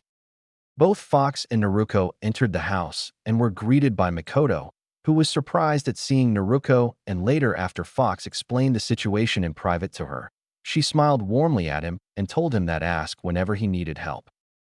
After Fox changed to his normal clothes by activating a seal on his body to switch his gear, Fox and Naruko both went to the dining and saw Itachi and Shursui already waiting for Fox there.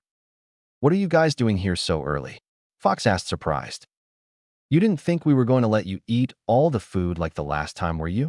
Shursui asked, and Fox chuckled awkwardly, and Mikoto got them to all to settle down and eat since Fugaku and Sasuke weren't going to join them.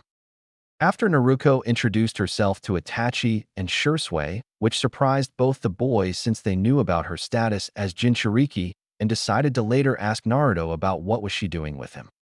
After introductions were done, everyone began to eat, but all were left dumbfounded when Naruko ate more than the amount, even what Fox usually eats, while Fox chuckled at her eating habits.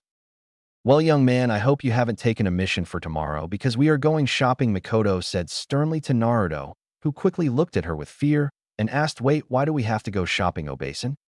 Mikoto smiled sweetly, since you've taken it upon yourself to help that girl.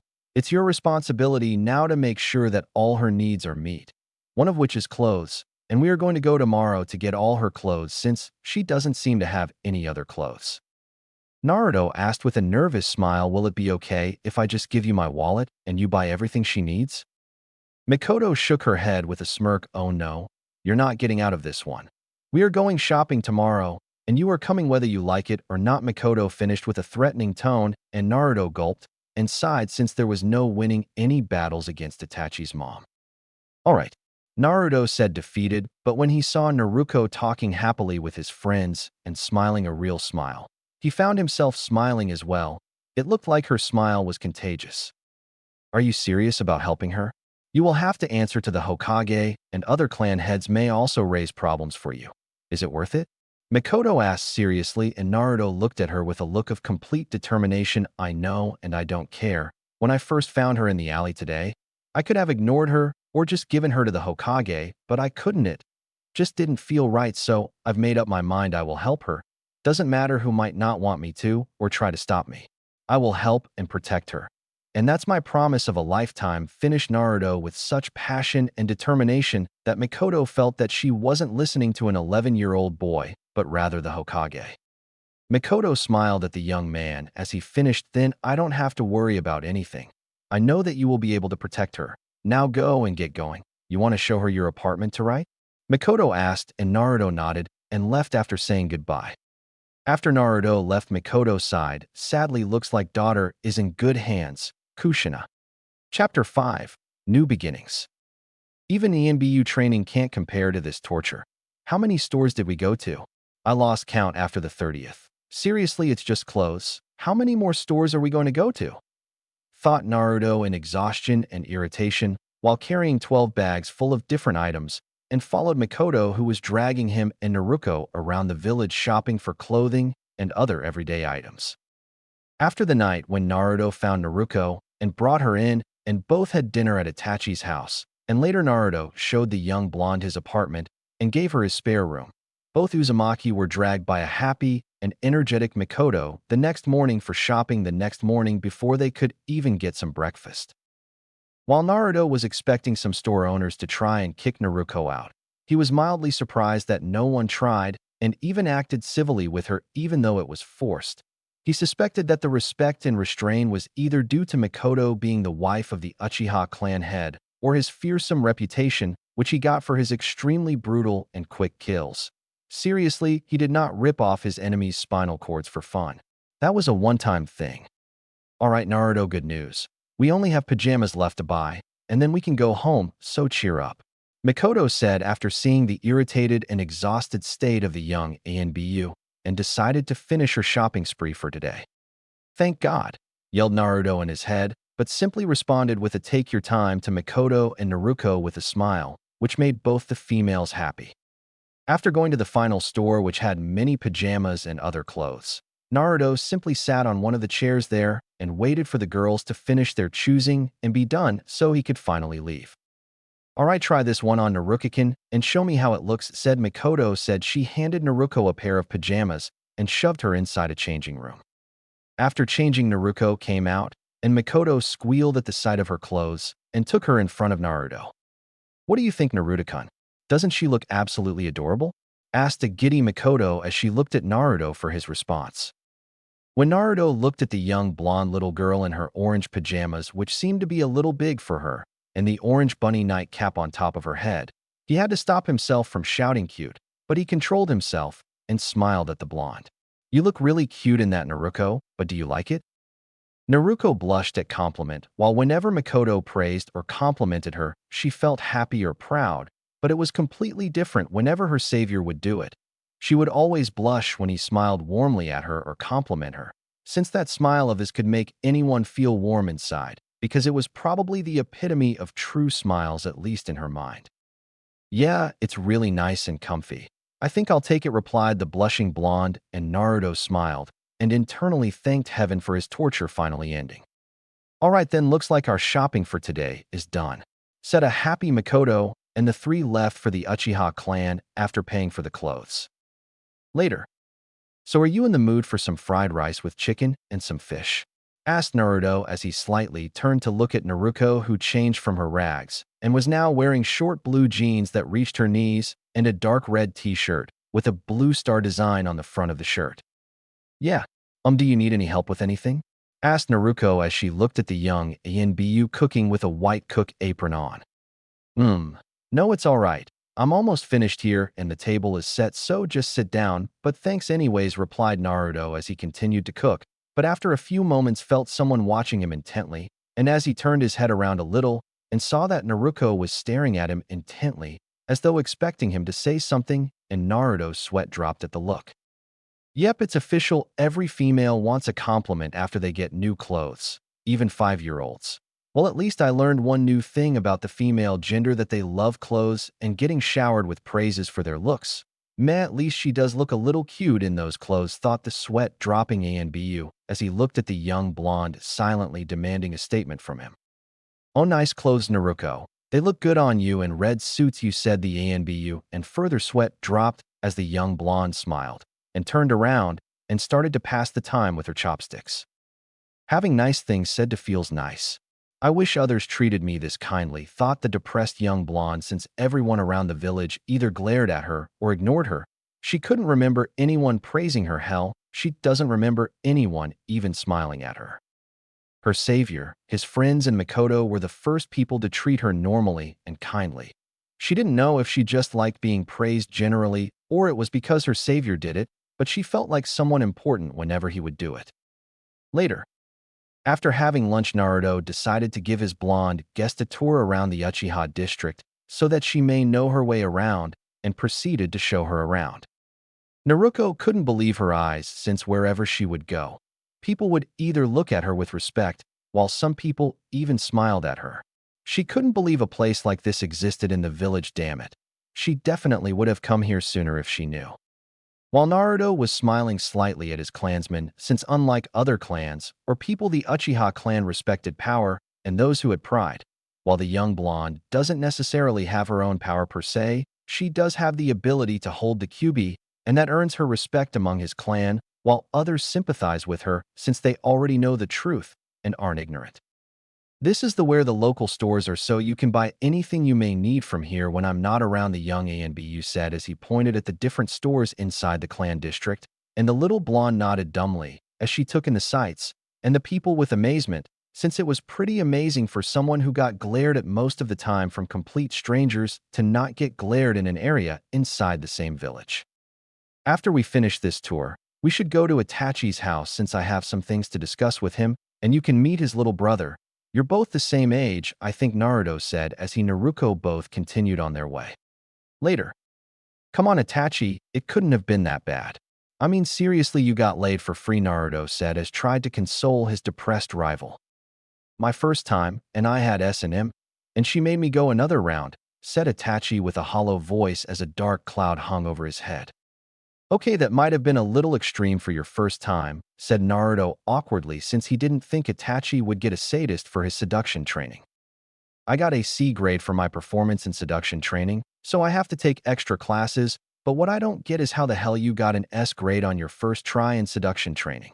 You couldn't have done it before since you're more busy than me, said an irritated and confused Itachi, since he couldn't fathom the thought of anyone getting the coveted and legendary S grade in the seduction arts, which only one person before had gotten, and no one could get one on their first try, or ever, and having his rival who is a preteen get it was a major blow to a lot of ANBU. Well, I sort of had private lessons from my summons.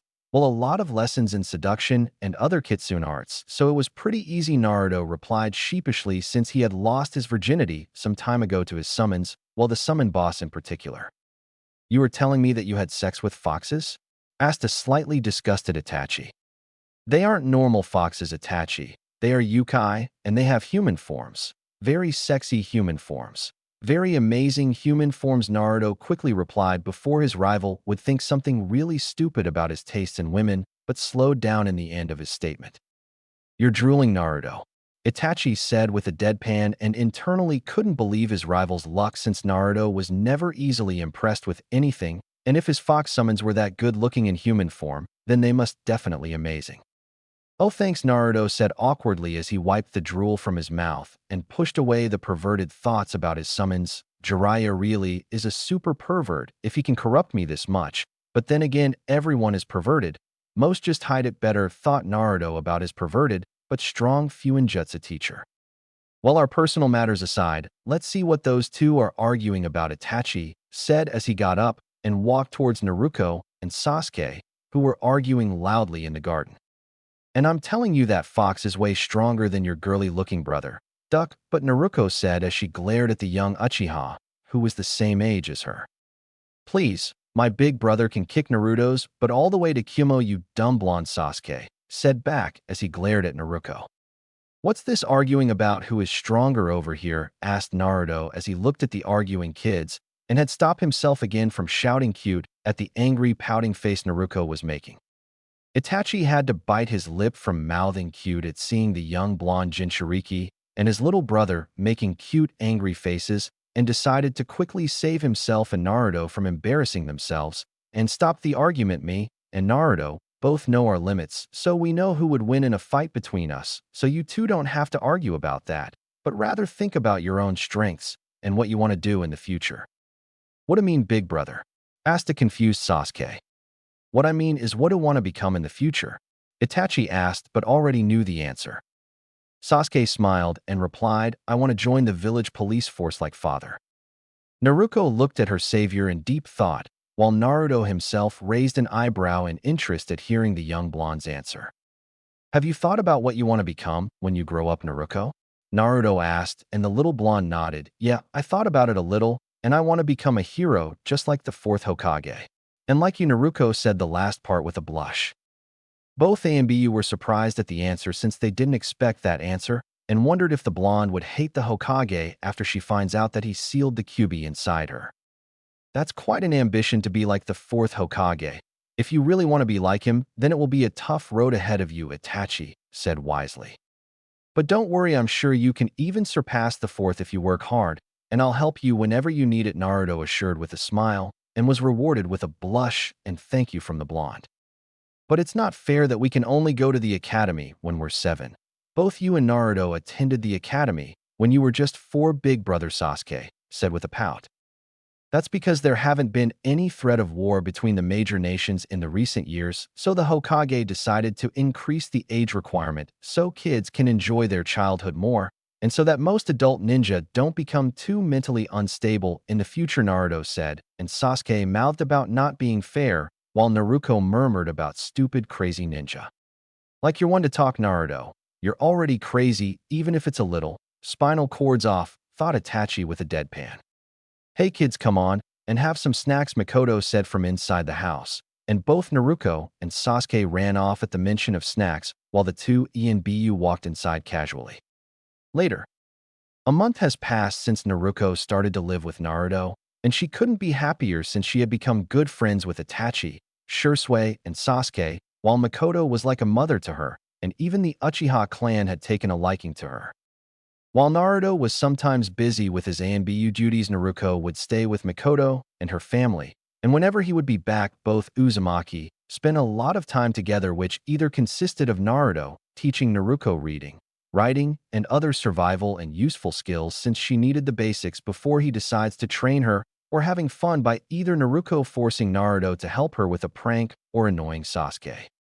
But not everything can go smoothly in the elemental nations since Naruto finally got the council summoned from the Hokage, which he expected to get sooner but didn't think much about it.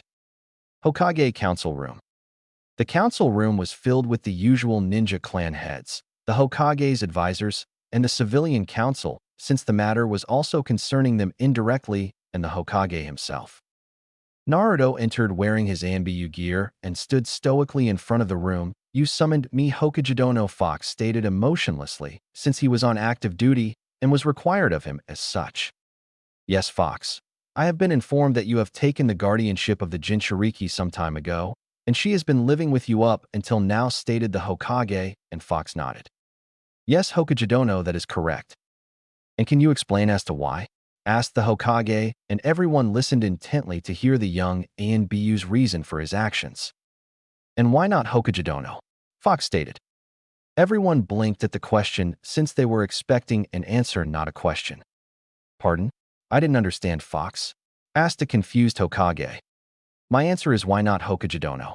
The girl was kicked out of the orphanage and was near starvation, so I decided to help her and guide her, not only for her, but for the safety of the village as well, since she could have died, then the QB would have been released, and the fourth Hokage wouldn't be here again to save us, Fox answered, but lied a little since he didn't really give a damn about a village full of strangers he didn't know, since the only thing he cared about was his clan, his friends, and the young blonde who is also related to him and has warmed up her way into his heart, while everyone paled at the thought of the QB escaping.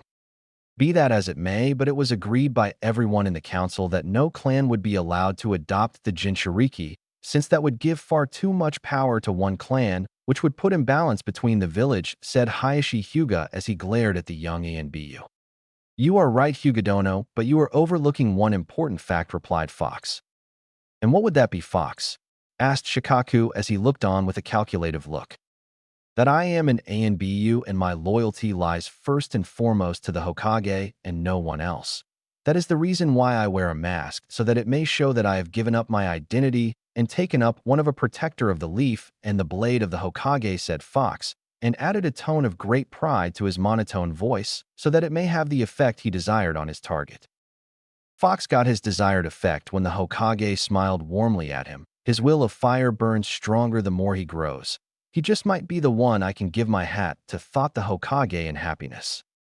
Strong words, Fox, but that doesn't remove the fact that you still have guardianship of the Jinchuriki, stated Danzo, and Fox scowled behind his mask since he didn't like the old asshole who treated all ninja like tools and also was obsessed with being the Hokage.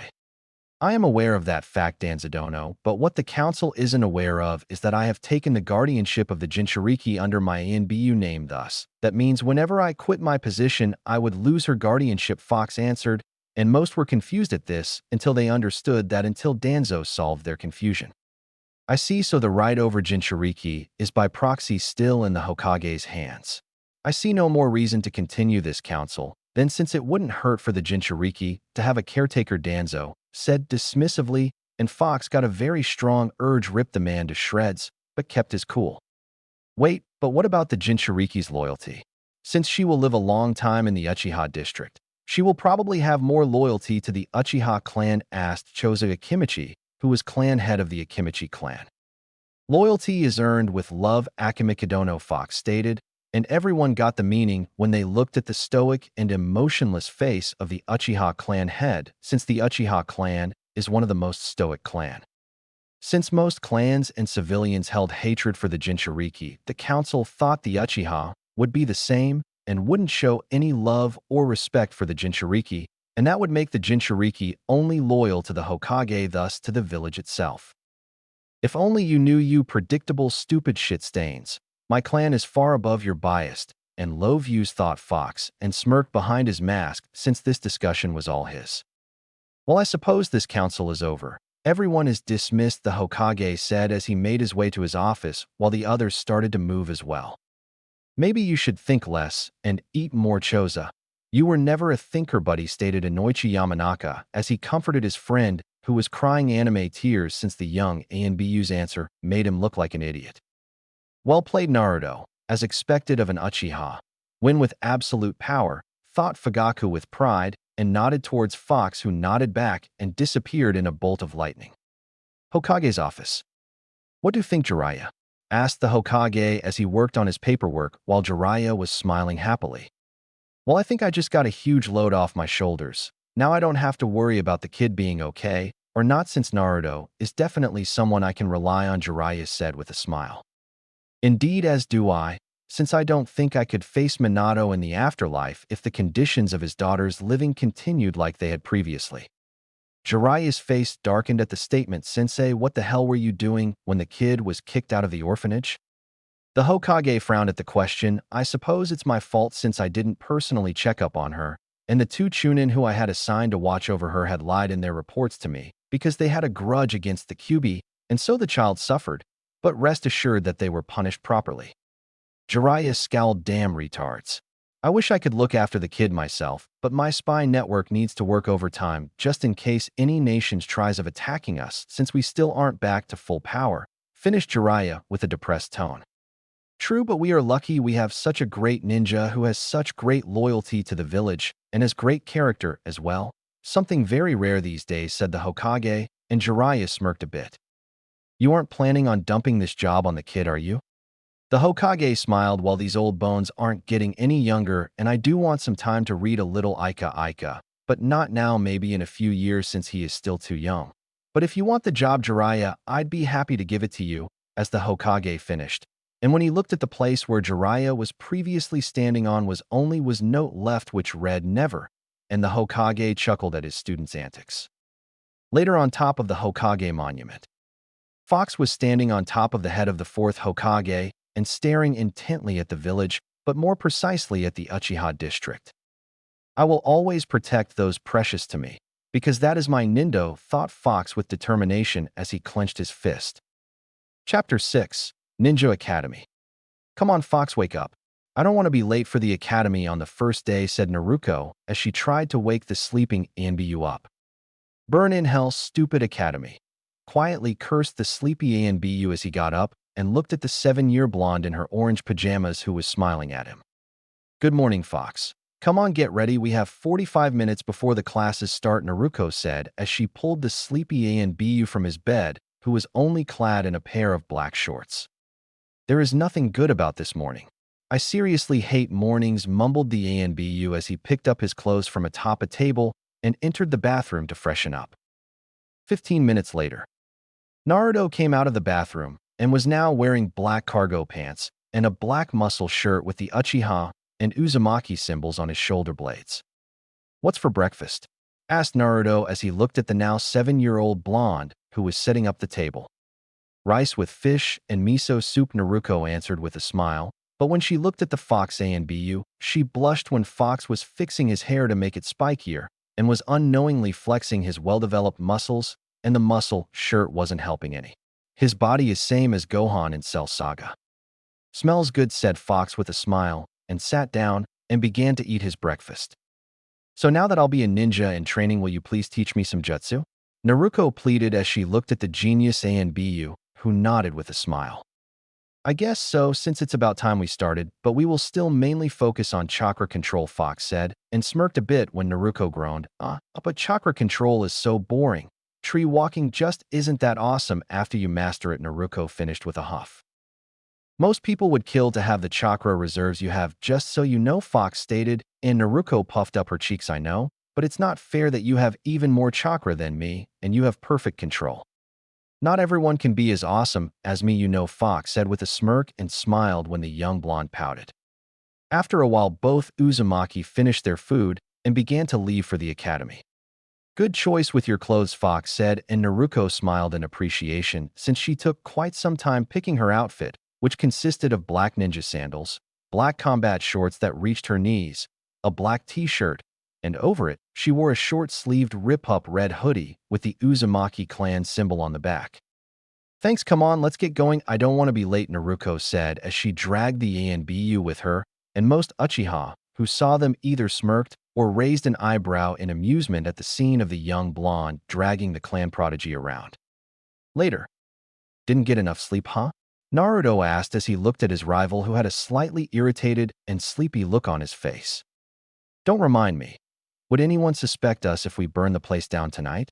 Itachi asked, sounding quite serious since he had to wake up quite early because Sasuke kept on bothering him and he didn't get enough sleep, which was a busy ANBU's best friend, and Naruto chuckled at his friend's anger at being denied sleep. "They might not find out it was us, but then Naruko and Sasuke will whine about there not being an academy for months, and I'd rather not deal with that," Naruto said, and Itachi sighed at his predicament since Sasuke would definitely whine about it. "So how is your training with Naruko progressing?" Itachi asked in interest since his rival had started to teach taijutsu and chakra control to the young blonde a year ago, and he was interested in finding out how much she has learned. "It's going good, I guess. She's pretty talented in taijutsu, but her chakra control is going pretty slow," Naruto said with a sigh, and Itachi nodded in understating. "I'm guessing it's due to that," Itachi said quietly, and Naruto nodded. "She definitely is talented, though I'm looking forward to seeing how good she will be in ninjutsu and fuinjutsu," Naruto said with excitement and anticipation clear in his eyes, and Itachi raised an eyebrow in amusement. "Oh, is it because of her reserves and Uzumaki heritage that will make her exceptional in those fields, or is it because they are your favorites?" Itachi asked. "A little of both, though I still haven't decided on which jutsu to start with her since the academy can teach her the basic 3, so I won't waste my time with that," Naruto answered and wondered at the same time. "Why not teach her your famous flash step? I'm sure she would love the jutsu," Itachi suggested, but got a bad feeling when Naruto smirked slyly. "You want me to teach the jutsu that can help her outrun a lot of people, huh?" "Well, it is a battle-oriented body flicker, and it would be helpful if she knew the technique," Itachi answered in slight confusion. "Let me tell you why I don't want her to know that technique just yet, Itachi. Tell me, what can you do if you have the flash step?" "I can move extremely fast, avoid detection, and kill my enemies faster," Itachi answered the technical ANBU way. "Right, that's what we ANBU would use it for, but what will a natural prankster like Naruko do with it?" Naruto asked and smirked when he saw Itachi pale a little. "She could literally get away with almost any prank."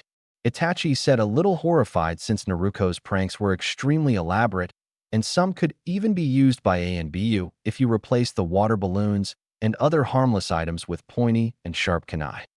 Sometimes I wish you never created that jutsu. Naruto, Itachi said with exasperation at his rival's genius when it came to creating jutsu. Come on, it helped to save your and Shursue's asses when we were younger, Naruto said with a smile, and Itachi nodded. Good times. I remember when we used to go for team kills. Those were such good times, Itachi said with nostalgia. You're sounding like an old man already, Itachi, Naruto said with a smirk. With the shit we had to go through as ANBU, and still do, I wouldn't be surprised if we get gray hair when we reach our 20s, Itachi said with a deadpan. Aw, come on, Itachi, you're such a downer.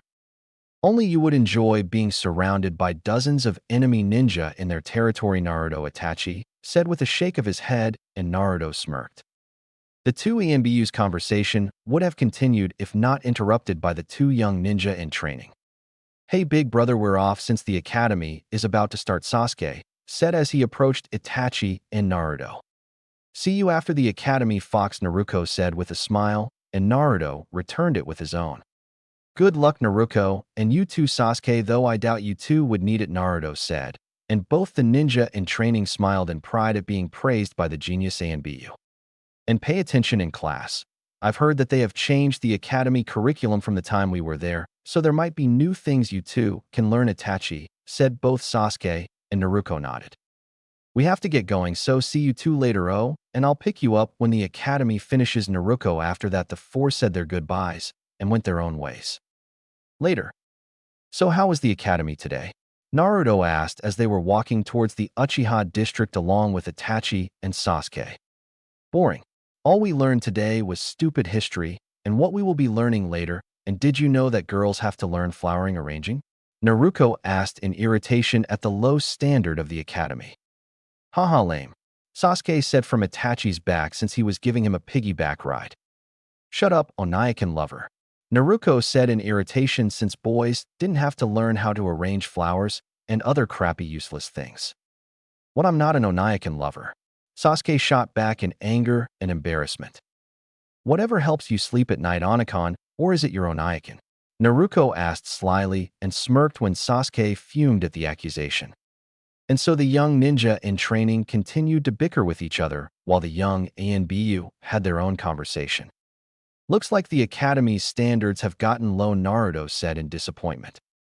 It can't be helped since it has been somewhat peaceful for quite a while, and I think they also lowered the standards so more civilians can become ninja, Itachi said in slight thought. Naruto snorted like it would help. All they are doing is sending them to a brutal death. The life of a ninja isn't for everyone. Indeed, but it can't be helped since it's not in our power to change that, Itachi agreed. Anyways, I have stuff to buy, so we will see you guys later, Naruto said as he slightly pulled the young blonde with him who was still arguing with Sasuke, and both Uzumakis and Uchiha went their own way. Later. So did you make any friends today? Naruto while cooking food while Naruko was setting up the table. Well, I wouldn't say friends yet, but I did meet some interesting people today, Naruko answered with a confused expression on her face. Oh, what kind of interesting?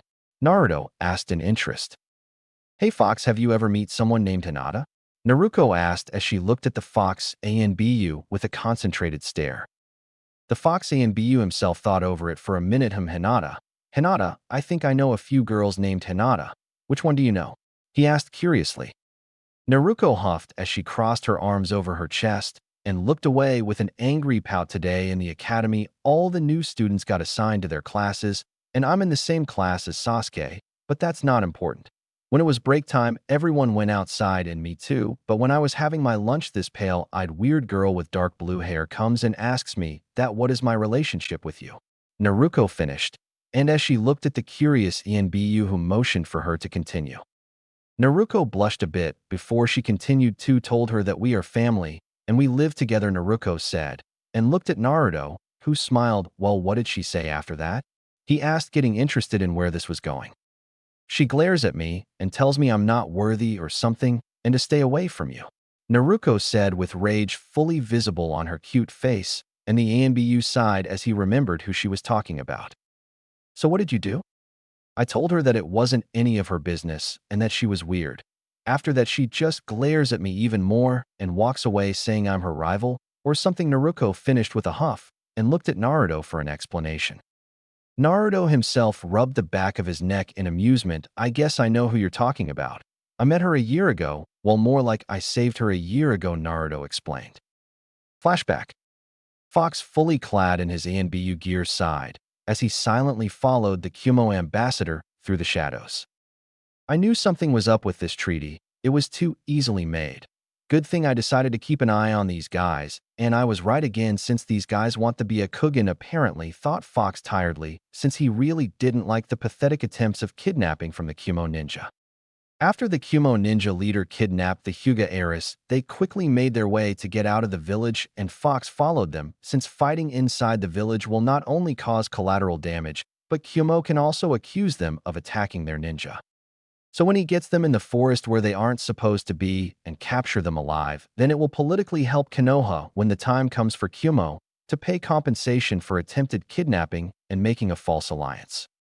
Fox's plan went as he wanted, but with a side track of Hinata waking up and panicking seeing the Kumo holding her and her being tied up. Then the Kumo ninja monologue of her giving Kumo the Byakugan and increasing the might of Kumo.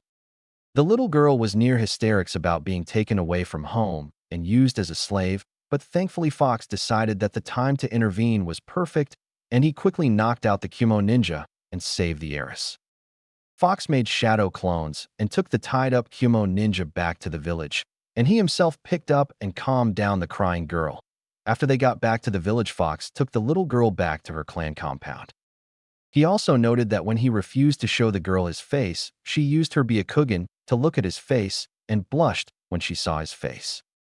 Great, not another admirer, though Fox with a sigh as he handed the blushing girl to her father and disappeared away in a bolt of lightning, while making a mental note to make seals that would hide his identity from the Byakugan. Flashback end. That's pretty much it, and the Hyuga were very grateful to me too, since I saved them from having to give a clan member to Kumo if any of their ninja were killed, which I'm sure would have happened if any Hyuga had found them. Naruto finished and looked at Naruko, who had a thoughtful expression on her face. So you're her hero? I don't see why she would want me to stay away from you. Because of that, Naruko asked, confused. Naruto sighed. It's more like she has a crush on me since I saved her. Naruko frowned at that. I'm not going to let that weirdo get close to you. Who knows what she would do to you? Besides, you deserve someone better. Naruko finished at the end of her statement with a blush. Naruto smirked seeing the blush. And who do you think is good enough for me and Naruko-kun? Naruto asked teasingly, since he was aware that the young blonde had developed a crush on him as well, but didn't really know her feelings yet. He found it cute, but didn't think much about it since it was only a childhood crush. If only you knew, Naruto. Well, you deserve someone smart, pretty, strong, and who would stay with you forever. Naruko stuttered since she really didn't know what to say to that, but the only thing she was sure of was that the ANBU definitely deserved the best person out there for him. Really now? Will you help me find her then? Naruto asked with a teasing smile and smirked seeing the young blonde blushing up a storm. Of course, Naruko answered, and Naruto smiled at the cute display and felt happy knowing he had someone who cared deeply for him, and it only strengthened his determination to protect her even more. Later.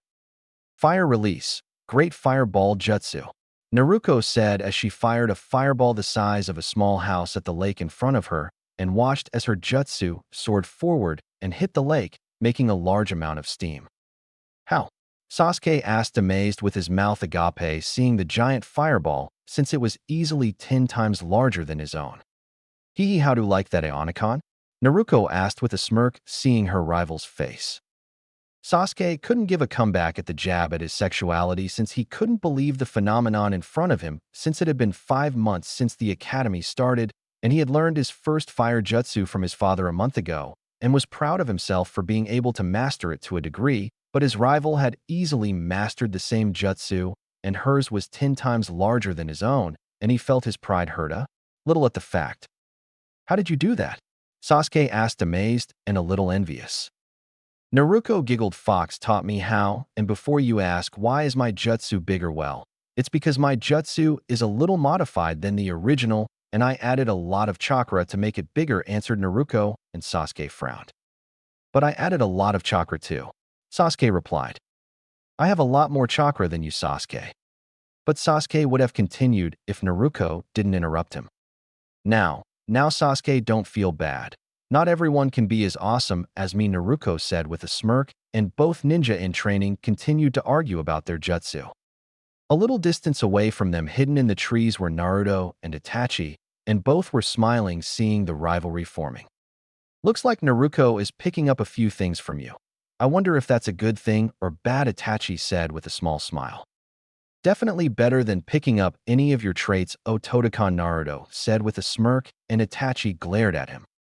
I don't sexually like my little brother Naruto, Itachi said seriously, and Naruto mentally patted himself on the back again for annoying Itachi. Whatever helps you sleep at night, Itachi, Naruto said dismissively as he made his way back home, seeing that the young blonde would be finished with her training soon, and it was about time he started cooking lunch since it was his turn. Sometimes you are very annoying, Naruto, Itachi said, irritated at the fact that his rival could annoy him so easily. The rivals would have continued on their way if Shursui and his ANBU gear didn't body flicker near them. Hey guys, there is a clan meeting in an hour, and you both need to attend, Shursui said seriously, and both Naruto and Itachi understood by his tone that it was something important. Wonder what it's about? Naruto wondered. Chapter 7. Decisions, Loyalties, and Conclusion. Good, now that everyone is here, we can begin, said Fugaka seriously as he looked at everyone in the room. This must be pretty serious if we're using the secret meeting room and all the elders, Jonin, and important figures of the clan are here, Naruto thought with a frown, since he couldn't think of any important matter that might have needed the meeting. Now then, I believe this matter can't be ignored any longer, so let us start, said one of the elders of the clan. Fugaka nodded yes, but first, since not all the members are completely aware of the situation, we should begin from the beginning. True. As everyone knows, ever since the founding of the village by the Uchiha and Senju clan, there has always been tension between our clan and the village.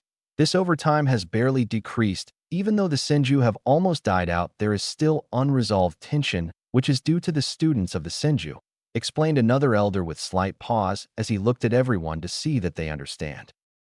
Naruto frowned and asked, by the students of the Senju, you mean the third Hokage and the council elders? Fugaka nodded at his question. Yes, even though the Senju are almost extinct, their students live and follow their orders faithfully, one of which is keeping a close eye on our clan. You mean the third Hokage and his advisors? But why would they keep an eye on our clan? Our clan works tirelessly in the village police and keeps the peace, asked one of the Jonin in the clan. That's true, and while the Hokage is neutral to us like he is to the other clans, the same can't be said about his advisors, since they are the students of the second Hokage who had a very strong dislike for our clan, said the first elder. Naruto thought over the information he was given. The third Hokage was the student of the first and second Hokage and had learned everything from them, including their ideals, while his advisors were the students of the second, who wasn't as forgiving or kind as the first. So I'm guessing before the second passed away, he either warned his students or gave them an order about our clan. And now they are causing some sort of problem for us, Naruto said his theory and was given small smiles of pride from the elders. Very sharp of you to figure it out. Yes, ideals and beliefs usually always pass on from a teacher to a student in the ninja world, and it is the same for the second and his students. Sadly, his beliefs were that our clan is nothing more than a bunch of stealing and backstabbing people, and his students believe the same and are weary of us, explained an elder as she looked at Naruto with pride. But why are they so cautious of us? We haven't done anything wrong, asked one of the Jonin. They fear that we may overthrow them from their power, and according to their sensei, we will bring war to the entire elemental nations should we gain political power, explained another elder. One of the Jonin snorted like they have been real peacekeepers. The Hokage will backstab any nation if it can get Konoha stronger, and that Danzo, well, don't me started on that guy. He has no pride, honor, or power, and trains mindless drones to do his dirty work and protect. Konoha, the Jonin finished with the emphasis on the protect word, since only very few high-tier ninja knew what Danzo actually did was to further his own ambitions. Naruto frowned slightly at what the elder said. Stealing? True, while our Sharingan can copy jutsu, And people may call it stealing, but I don't see why anyone would care about stealing from someone who wants to kill them, and no one from Konoha has the right to call us thieves since, after all, 85% of all the jutsu, including the Tai, Nin, Jin, and Kenjutsu of the village jutsu vault, was made by our clan, who copied them from hundreds of different enemies. And yet very few even use them, since the clan ninja rely mostly on their clan techniques, while the normal ninja mainly use what is passed on to them. Truly a waste, and the council wonders why so many ninja die from our village. Naruto finished, and most of his clansmen were either puffing their chest in pride in case of the Jonin, while the elders simply smiled slightly. Yes, while the arrogance and ignorance of the council and regular ninja aside, we must get to the main topic of this meeting, said one elder as he looked at Fugaku, who nodded. You all have been summoned to discuss something very serious in regards to our clan, seeing as how there is very little chance of an Uchiha gaining political power due to the interference of the Hokage and elders, and the way that this village is headed with its arrogance of being the strongest village. We do not foresee a good future for the village or our clan if this goes on so. The elders and I have discussed this for quite some time and have decided that it must be done for the future of our clan and the village. We must stage a coup d'etat. Fugaku finished gravely, and most of the clansmen who weren't aware of the plan eyes widened in surprise. Naruto was the first one to get over his surprise, but wouldn't that cause a civil war? And if word gets out, then there might even be another world war. Fugaku nodded in agreement. While I agree that the chances of that happening are high, but that would happen if there is a civil war. We have come up with a well-devised plan to quickly take out all the leaders that may oppose us or take command of the ninja against us. And when we take them down, then the populace will follow our command, since there won't be anyone to follow, thus no chance of a civil war happening. So it's just our clan versus the entire ninja population of the village? Naruto asked, a little worried since he and his friends could take care of themselves, but the same couldn't be said about his clansmen against thousands of ninjas. Fugaku nodded grimly. Yes, it would seem that way, because the Hyuga would love to do nothing better than dispose of our clan and become the strongest clan of Konoha. The Inuzuka don't trust us much, while the Nara and Aburame are too afraid to do anything, and the Akimichi are too stupid without the Nara and Yamanaka to be useful. But nonetheless, even with these odds, our clan will succeed, because there is a reason why our clan is called the strongest clan of Konoha. Fugaku explained, and Naruto sighed in annoyance and understanding that every clan were looking to become number one, and should the Uchiha fall, then it will give the other clans a lot more prestige and power, which was more than enough good reason for them to not interfere and let things play out without risking their own ninja. Murmurs rang out as the Jonin quietly discussed the information, and Naruto looked at Itachi and Shursui, who both had expressionless faces on. I wonder what they think about this. Though if we plan this right, and with me and them, we could pull this off. Naruto, though, as he himself processed the information. Fugaku coughed lightly to get everyone's attention now. Then in order to carry out our mission, we will need time, information, and perfect coordination between us so that we may succeed. And as for the information, we have Itachi and Shursui acting as our spies in the ANBU ranks so that we may know how to handle the ANBU and their patrols. Naruto raised an eyebrow in surprise at the statement, since he didn't know about it, and that he wasn't chosen to do it. Seeing his surprised look, Fugaku decided to clear his confusion. While you are as skilled as both of them, Naruto, we needed someone from the clan to take on many missions, so the Hokage doesn't suspect that any of our ninja are slacking off, with you doing extra and more dangerous missions outside the nation. Itachi and Shursui get the easier and less time-consuming ones so that they can spy for us. Fugaku finished, and Naruto nodded at the explanation, since it did make sense, since he was more battle-oriented and preferred it rather than spying, and since he was stronger than them, it made it easier for him. All right, let us start off with the duties each of you will have. Fugaku started, and everyone paid attention as to what job they will get, since they didn't want to screw up on something so important. Later, reports said the Hokage seriously as he looked at the two young ANBU in front of him. The Uchiha clan have decided to stage a coup d'etat, and it will commence in 10 months' time, said Itachi emotionlessly and in a monotone voice as he kneeled in front of the Hokage in his full ANBU gear and with Shursui beside him. The Hokage sighed and rubbed his forehead to ease some stress from the bad news he is given. While he didn't really have any contempt for the Uchiha since the clan was one of the founders of the village and had contributed a lot to it like the jutsus or maintaining the internal security and peace, and he knew that some of them could make a great difference in the village, but his childhood friends and rival thought otherwise. The second Hokage wasn't a fan of the Uchiha clan, and that was putting it extremely mildly since he really hated and feared the clan because almost all of them had a great and dangerous potential in them, and that was the Sharingan, which if ever further evolved would make them nearly invincible. The main reason he feared the clan was because of Madara Uchiha, since if it weren't for the first Hokage and his Mokutan Jutsu, then there wouldn't have been anyone that could have stopped Madara from completely wiping out the Senju clan, and the thought of anyone getting the same eyes and power frightened him greatly, so he had ordered his students to watch over the clan and keep them in line. And his students did a great job of doing that by secretly stopping the Uchiha from gaining any political power and placing most of the members in the police force so that they may not get a lot of field experience and get the chance of awakening their Manjikyu. How disappointing. I had thought the Uchiha would be more wise than to defect against the village, but it can't be helped. Hiruzen, they must be disposed of, Danzo said in monotone, but there was a slight hint of disappointed and glee in it, but no one noticed it, and the Hokage sighed at his rival's kill it or control it attitude. There must be some other way to solve this other than disposing of the entire clan. They are far too valuable an asset to just toss them aside, and don't forget they are also one of the founding clans of the village, the Hokage said neutrally as he thought over the pros and cons of eradicating the clan.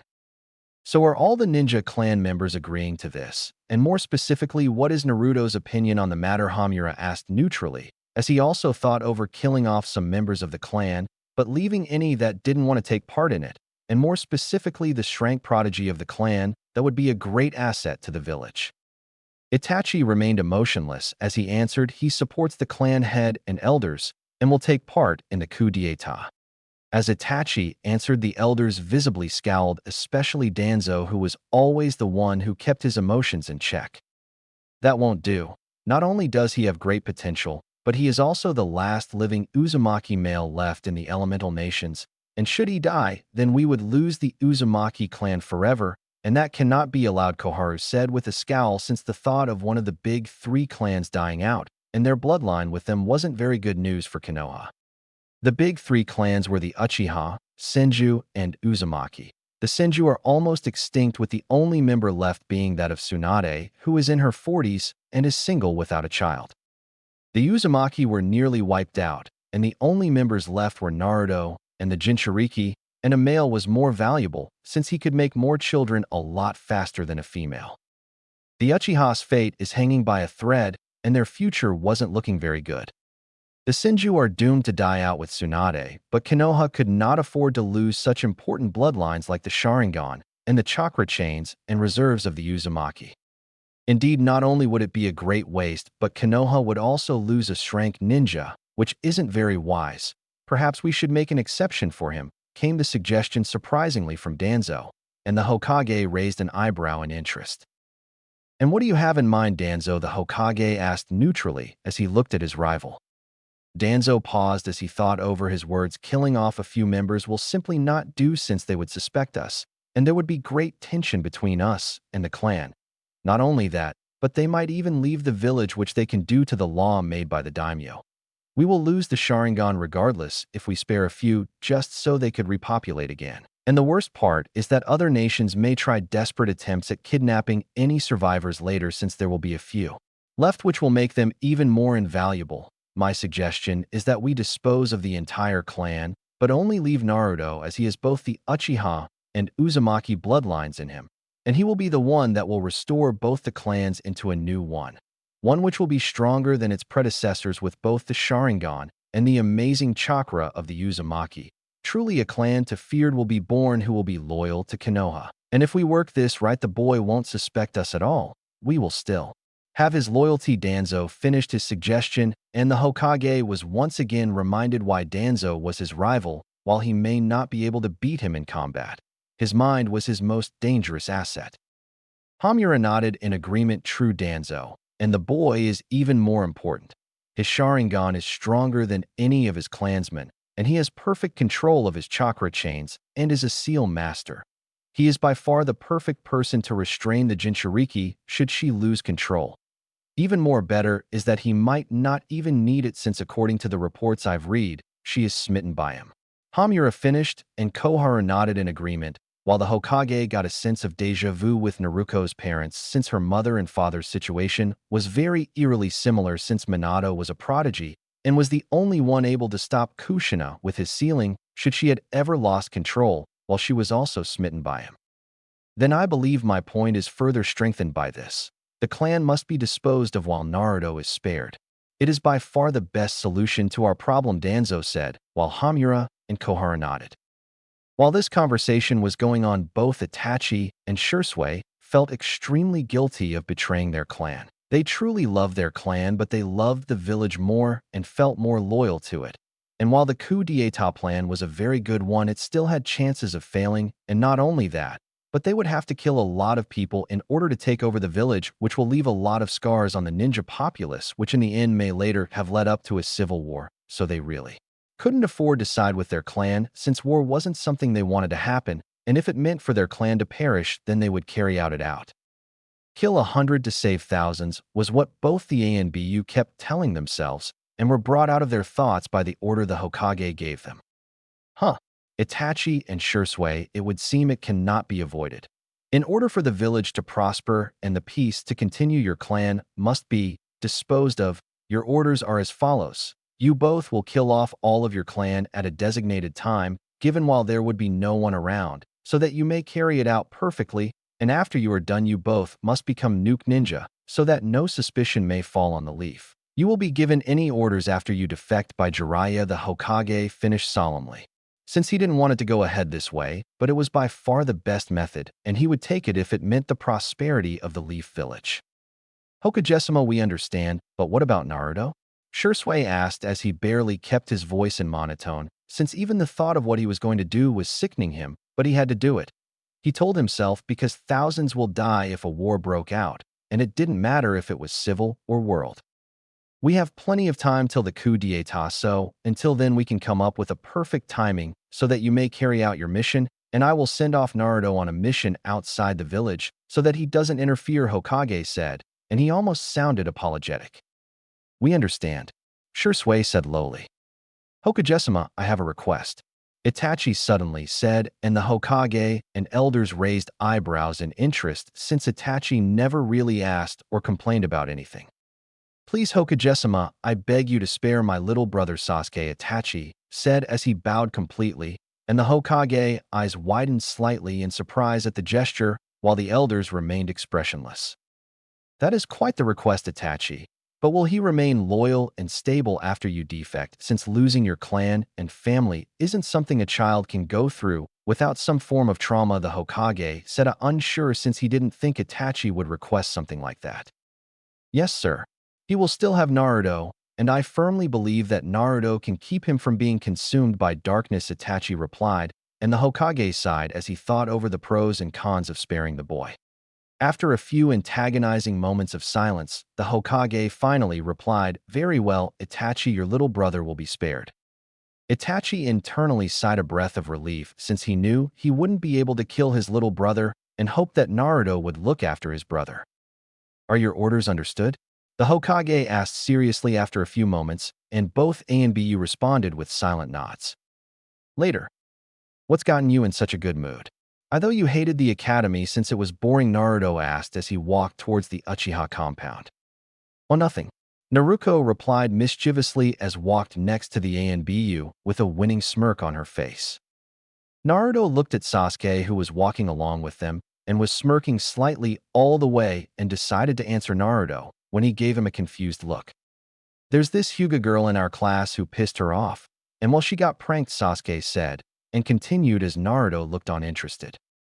I don't know the whole deal, but Naruko set up a pretty good tripwire trap for her, so and when she went to her usual spot to eat during lunch, she stepped on the trap and got pulled up by the rope at the ankles and was paint-bombed with bright orange paint, and a stamp hit her on the forehead that said, I'm a pervert, and funny thing, even though she accused Naruko of doing it, She couldn't prove and Blondie here got away scot-free and the Hyuga girl was fuming, Sasuke said, and Naruto chuckled at the misfortune of one of Naruko's victims.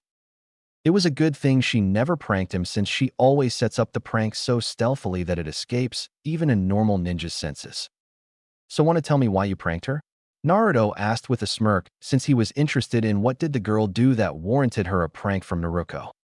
The girl is pervert and I hate perverts, Naruko replied with a huff as she turned away blushing slightly, and Naruto raised an eyebrow in curiosity.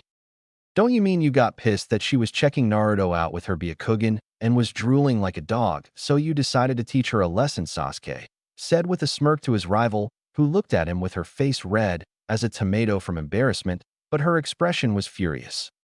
You are so dead, you Anakan, Naruko said dangerously, and Sasuke gulped with fear since the look in her eyes said that he was about to be her next victim. Meanwhile, Naruto chuckled at their antics and the young blonde's crush on him, and was slightly disturbed by the fact Hinata was using her Byakugan on him. Damn, now I have to make seals that hides my body from the Byakugan, and no wonder those Hyuga ANBU girls always whistled when they looked at me. I wonder if they were using their Byakugan too, but can't tell since they always wore their masks. Come to think of it, then why were the Hyuga guys always angry at me and glared most of the time? Could they? Nah, they'd never use their Byakugan on me. Naruto wondered silently to himself, unaware that a lot of Hyuga girls used their Byakugan on him, while every Hyuga male were jealous of his physical superiority. Then again, a lot of Hyuga males were also a little unstable, sometimes due to their misfortune of encountering a lot of male ninjas and seeing things that should not be seen.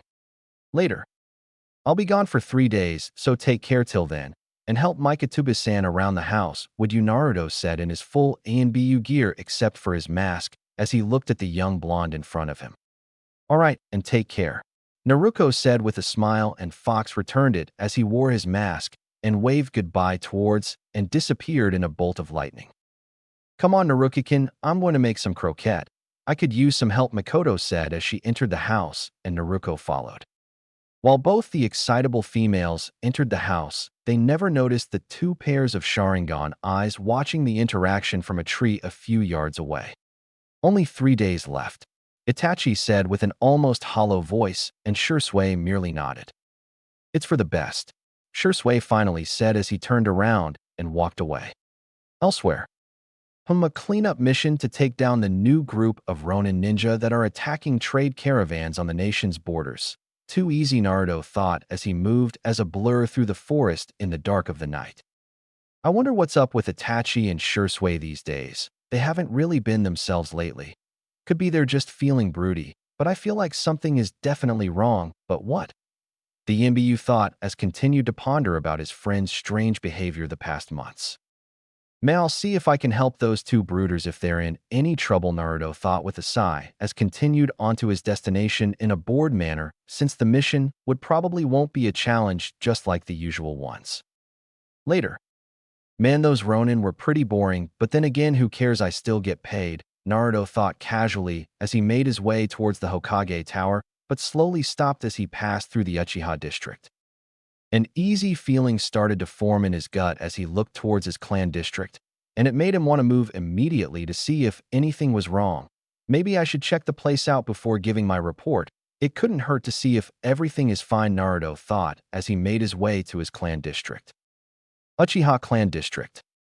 The ANBU made his way to the district roof, hopping and landed on one of the 1-story houses that were in the beginning of the district. He froze as he smelt something he was far too familiar with: blood. Naruto, though, in alert as he jumped off the house and looked at the door of the house. He couldn't hear anything from the entire district, even when he enhanced his senses, and the uneasy feeling in his gut started to turn into dread as he used his sensory skills to check the entire district for anyone in danger or living. He cursed his senses and greatly hoped he was mistaken. Naruto activated his Sharingan behind his mask as he opened the house's door and wasn't surprised to find that the door was unlocked. The ANBU mentally prepared himself as he entered the house and saw a family of 4 dead with their blood painting the floor a deep red. The ANBU had seen death countless times and even killed countless times, and it never bothered him that much since it was a fact of life that people die and it's either kill or be killed, but the sight of the people in front of him, my people, my clansmen, it really pained him to see the faces of the innocent civilian clansmen dead. His blood-red Sharingan eyes started to spin wildly as they memorized each and every detail of the sight in front of him. The ANBU really wanted to believe this was a really good genjutsu, but his mind wouldn't accept it. The ANBU slowly knelt down and touched the corpse of a small boy, probably 4 years old, dead with his eyes half-lidded. The ANBU closed his eyelids and saw the other Uchiha. 2 parents and 1 daughter, all dead, their eyes empty of life and their bodies bloody. The ANBU noted that they all were killed the same way. It was a kill with a tanto, an ANBU weapon, he noted as he closed their eyelids, and also noted it was a quick kill, the one ANBU use, so the target is taken down as quick as possible. Naruto was slightly happy that at least the family didn't suffer, and they probably didn't even notice they were stabbed before they lost their lives, but his emotions were quickly replaced by a burning rage that was steadily increasing. I need to find out who did this, Naruto thought as he made his way through the district, and his rage increased, and so did new emotions started to form inside him. Fear, despair, sorrow, and self-loathing started to bubble inside his being as he walked through the district and saw the dead bodies of his clansmen everywhere he walked. Naruto started to berate himself for not being in the district to protect his clansmen or overseeing any attack on his clan, but he couldn't think of anyone who might be this capable to kill off his clan without alerting the village. These are definitely cage-level ninja, at the very least in stealth, but who? And more importantly, why? He thought since if the village had found out about the coup, then the place would be a complete war zone, which it isn't. There are only 2 living chakra signatures in the district, and they are near, and they should be the only ones to know what happened, Naruto thought as he ran towards the 2 very familiar chakra signatures. Glad you made it on time. Naruto Itachi said emotionlessly with his face blank and his Sharingan active as he stared at Naruto. Itachi, sure sway, what the hell happened here? And what the hell are you 2 doing, just standing there? At least make clones to help someone survive, Naruto said as he stared at his rival and his best friend. He got a very bad feeling as he saw the blank look on their faces as though they lost the ability to feel emotion. There aren't any survivors, and there won't be any since we made sure that everyone is dead, Shursui said as he looked at Naruto with his Sharingan also active. Shock formed on Naruto's face, but it was replaced by pure rage as he glared at the 2 Uchiha in front of him. You're telling me that you 2 did this, kill off our entire clan? Naruto slowly asked with his voice devoid of any emotion, and Itachi knew that they would have to choose their next words carefully. Yes, Itachi replied as he stared blankly at his rival. Why? Naruto asked, but it came out as a whisper, but Itachi heard it nonetheless. Because we wanted to test our power to see just how far up we stand, Itachi replied, and Shursui nodded. There was a moment of silence as the 2 killers stared at their former friend who hadn't moved a single muscle. Itachi noticed that teardrops were falling from his rival's chin, indicating he was crying, but they couldn't see his face since it was hidden by his ANBU mask. You're kidding, right? Do you seriously expect me to believe that you 2 killed off the entire clan just so that you can test your power? If that was the case, then you would have come after me. Not the clan, since we know who is the strongest from the 3 of us, Naruto said as he removed his mask since it got wet from his tears, and he glared at his former friends as tears streamed down his face. Itachi and Shursui cursed their luck and Naruto since they were counting on the fact that he would be too emotionally compromised to think rationally and believe everything they would say. They had to work fast if they wanted to get their goal complete. So tell me the truth. Why did you do it? Roared Naruto. Silence and blank stares was all he received as he clenched his teeth in anger and thought of a reason why they would do what they did. After a small moment of silence, his eyes widened as he came to the most probable conclusion of the reason for their actions. You 2 were spies for the village, weren't you? Why? Why would you choose the village over your own clan? Naruto asked, perplexed at friend's actions. Itachi closed his eyes and sighed internally. You wouldn't understand, Naruto. There are thousands of lives at stake, and we couldn't allow war to break out again. Naruto shook with rage at the words wouldn't understand. You're the one that doesn't understand, Itachi. You gave up on your own family and blood over some strangers that would kill you any chance they get just so they may further their needs and ambitions. He roared. Naruto, you haven't seen some of the things we did because of the Third Ninja World War. It isn't something we want to happen once again. It needed to happen. We had to sacrifice 100 to save 1,000. Shursui said in monotone. Naruto felt his entire body burning like a fire jutsu. The rage was burning inside his very being, so you killed 100 of your own family to save 1,000 strangers. What the hell is wrong with you two? Didn't we go through the plan in the meetings? We would have succeeded, and there wouldn't have been any bloodshed, and the village could have improved with new leadership. The possibility of failure existed, Naruto. We couldn't afford it. Itachi finally said with a solemn voice. Naruto lowered his head a little so his bangs were shadowing his eyes, and then he chuckled lightly. It was a hollow, painful, and disturbing chuckle. You know, I don't think you two would have done this if you had been through the loneliness and pain went through, Naruto said with a hollow voice. Shursui raised an eyebrow slightly in interest since he didn't know about Naruto's life before he was adopted. I was born an orphan with no known parents. I was left to rot in one of the low-class orphanages where I was barely looked after. I didn't have any friends since I used to get in a lot of fights. The loneliness of not having anyone to care for you. The pain you feel when you look at other kids going around with their parents and siblings as they chat, argue, and be happy while caring for each other. The fact that you'll never have something similar. The truth that there won't be anyone to praise you for your existence and take pride in it. You would never understand that feeling, Itachi, Shursui. You both were raised with loving families that looked after you and got you everything you ever wanted. Tell me, have you ever felt lonely? Naruto asked in a hollow voice as flashes of his childhood ran through his eyes. Both Itachi and Shursui wanted to end this conversation. Now, since Naruto was right, they never felt lonely and were always looked after and loved. Even when they killed their respective parents, they were told that they respected their decision and would always love them. Did they take the love they were given for granted? Both of the best friends felt an unpleasant emotion and pain start to form in their hearts. Naruto never had any parents. He considered the entire clan his family. Did it mean much more to him than it did to them? What's done is done, Naruto. We are leaving, but what are you going to do? Shursui asked as he stared at his former friend, who gave a very dangerous grin.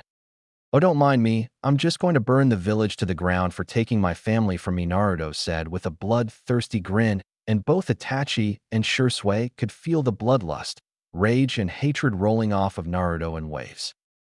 We can't allow you to do that, Naruto, Shursui said dangerously, and Naruto's grin widened further, which made Shursui feel as though he was looking at the devil himself. You both know I can beat you both, so don't make you kill off the last of my family. The only reason I'm sparing you is that you were probably manipulated to an extent by the village and elders, so I can't completely blame you for your actions, Naruto said as he stood up straight, his tears gone and grinned bloodthirsty. We have no choice, looks like we have to use it, Itachi thought with sorrow, since he hadn't planned on using it on his rival. Itachi sighed as he closed his eyes. I'm sorry it had come to this, Naruto. We were hoping not to resort to this, but we have no choice. As he finished, Itachi reopened his eyes, and instead of his regular Sharingan, he had something different. His Sharingan was designed with 3 evenly spaced curves spiraling around the pupil. Naruto stared surprised that his rival had awakened the legendary Manjikyu Seichite. It can't be this strong, Naruto thought as his Sharingan lost the battle of Jinjutsu against his rival. Itachi could never have used Jinjutsu on me with his Sharingan, and even if Shursui helped him. So this is the power of the Manjikyu? Naruto thought in alarm. Note: when Uchiha battle with their Sharingan, only the one with the stronger eyes will be able to cast Jinjutsu on his opponent. While Naruto's base Sharingan is stronger than Itachi and Shursui's combined, he still can't beat the Manjikyu, and he doesn't have any real knowledge on the eyes yet, so he lost the battle of Jinjutsu. Second note: this is pretty obvious by the battle between Sasuke and Itachi, where Itachi could use Jinjutsu on Sasuke, even when they both were using the base Sharingan, and Itachi was holding back. Tsukuyami, Itachi said as he locked eyes with Naruto, and the world became dark. What is this? Naruto asked as he was in the Uchiha district, but the world was completely opposite in color. The sky was red and the moon was yellow. This is the world of Tsukuyomi. In here, I am God. Itachi voice rang out behind Naruto, and as he turned around, he was faced with the sight of Itachi and Shursui killing off a family. For the next 72 hours, you will witness the massacre of the Uchiha clan and will feel the pain they felt as we killed them, Itachi said in monotone as he began to kill off the Uchiha clan, while Naruto was dealt the pain of 4 people dying at the same time and was amplified. I won't be broken by this, Itachi, Naruto said while taking deep breaths since he could still feel the pain even though it was a genjutsu. Then let me make you feel true pain, Naruto, Itachi said, but internally hated himself for what he was about to do next, but it couldn't be avoided. His rival was too strong. Naruto looked forward and saw that the scenery changed to that of the old orphanage he used to live in. Despair started to course through his veins as he felt something as though he was about to live his true nightmare. You see, Naruto, some time ago I researched about your past before you were adopted, and I was surprised at what I found, Itachi said, and in front of Naruto, a 13-year-old girl with long light brown hair that looked almost blonde with turquoise eyes and a bright smile on her face appeared. She was wearing a pair of dark blue jeans and a white long-sleeved shirt. No, Naruto whispered with despair as he knew what was going to happen next. Naruto's body moved on its own as he drew his tanto and pierced the girl's heart with it. Blood dripped from the girl's mouth, and yet she smiled at him and looked with her bright eyes, which were losing the life in them. Naruto felt his very being shake at his actions. We aren't done yet, Itachi said, and as Naruto's body turned around, he saw himself doing the same to Naruko. The young blonde smiled sadly at him as her body fell to the ground as he saw himself draw the tanto from her dead body. Since you can take the pain of death, Naruto, then let's see if you can take the pain of killing off the most closest to your heart and feeling their pain while doing it for the next 72 hours. Itachi finished, and the torture continued. Arghar. Naruto screamed in pain as he was forced to relive the pain and death of the 2 girls who were the closest to his heart for 72 hours. Itachi's left eye bled as he fell on one knee and panted as he held his left eye in pain. You done? Shursui asked as his Sharingan changed and its design turned into a 4-point pinwheel. Yais. Itachi breathed out tiredly since he wasn't used to his new jutsu and the toll it took on him. Shursui looked at Naruto's petrified form as his body was frozen like a statue, and his Sharingan eyes looked dull compared to his usual glowing red eyes. Let's get this over with, Shursui said, but before he could cast his technique, he noticed a change in Naruto's eyes. The ring that held the 3 tomo in his pupils started to shrink and get smaller and get closer to his iris, while a new ring formed that held 3 new tomo. Then the new ring also got smaller, and a new ring formed with 3 tomo. His new Sharingan now had 3 rings with 3 tomo in each ring, and Shursui could feel the power behind those eyes. So this is his Manjikyu? Shursui thought, but was greatly surprised when Naruto's new Sharingan started spinning and the tomo started to change shape and form into 3 evenly spaced curves like Itachi, but between the curves was 3 more bladed curves. It looked like 6 curves, but 3 even while the other 3 bladed and edged. The curves were all evenly balanced, and in between both the 2 even and bladed curve was a tomo.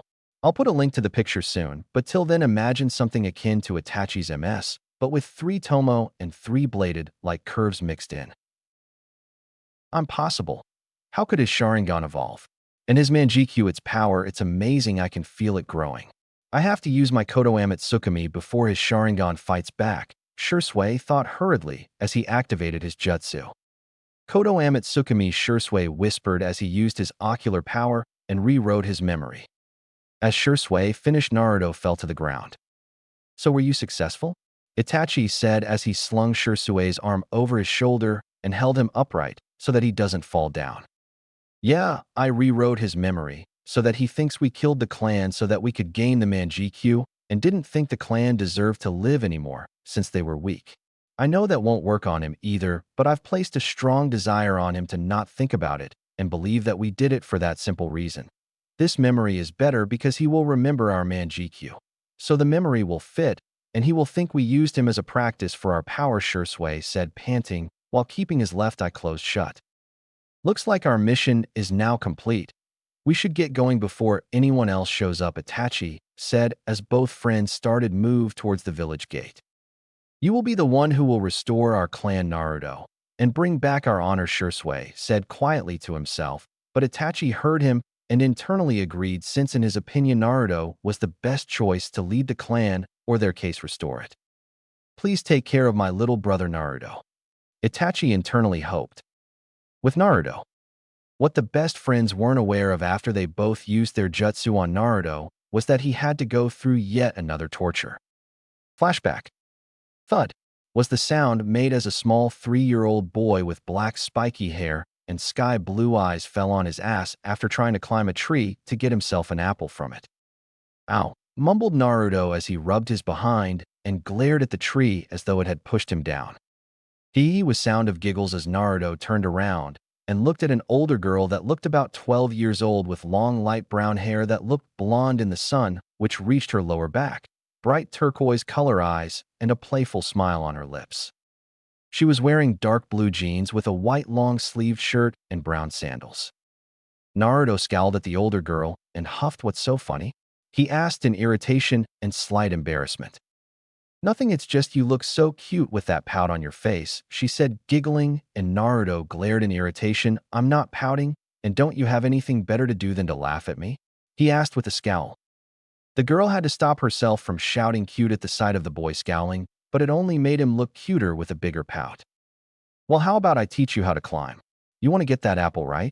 I'll teach you so can get it anytime," the girl said with a confident smile, and Naruto snorted. First off, why would a girl know how to climb a tree? That's what boys do, and second, why do you want to teach me? There are lots of other kids in the orphanage. The girl's smile faltered a little at the statement. Why wouldn't I want to help such a cute little boy? And besides, everyone else is either having fun or playing around with someone, but every time I see you, you're always alone. Naruto just scowled and looked away. They don't want to play with me or want to be friends, so who cares like I need them? He grumbled, and the girl smiled. Then how about I play with you and be your friend? Asked the girl with a smile.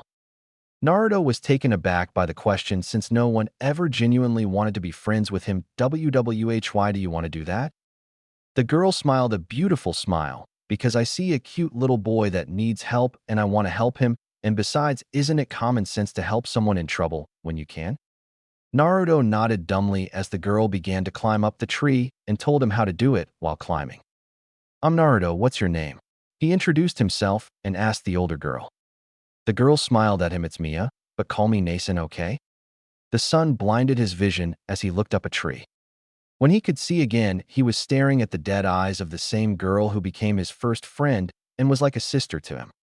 He looked at the corpse for what felt like hours as he held her close to his body.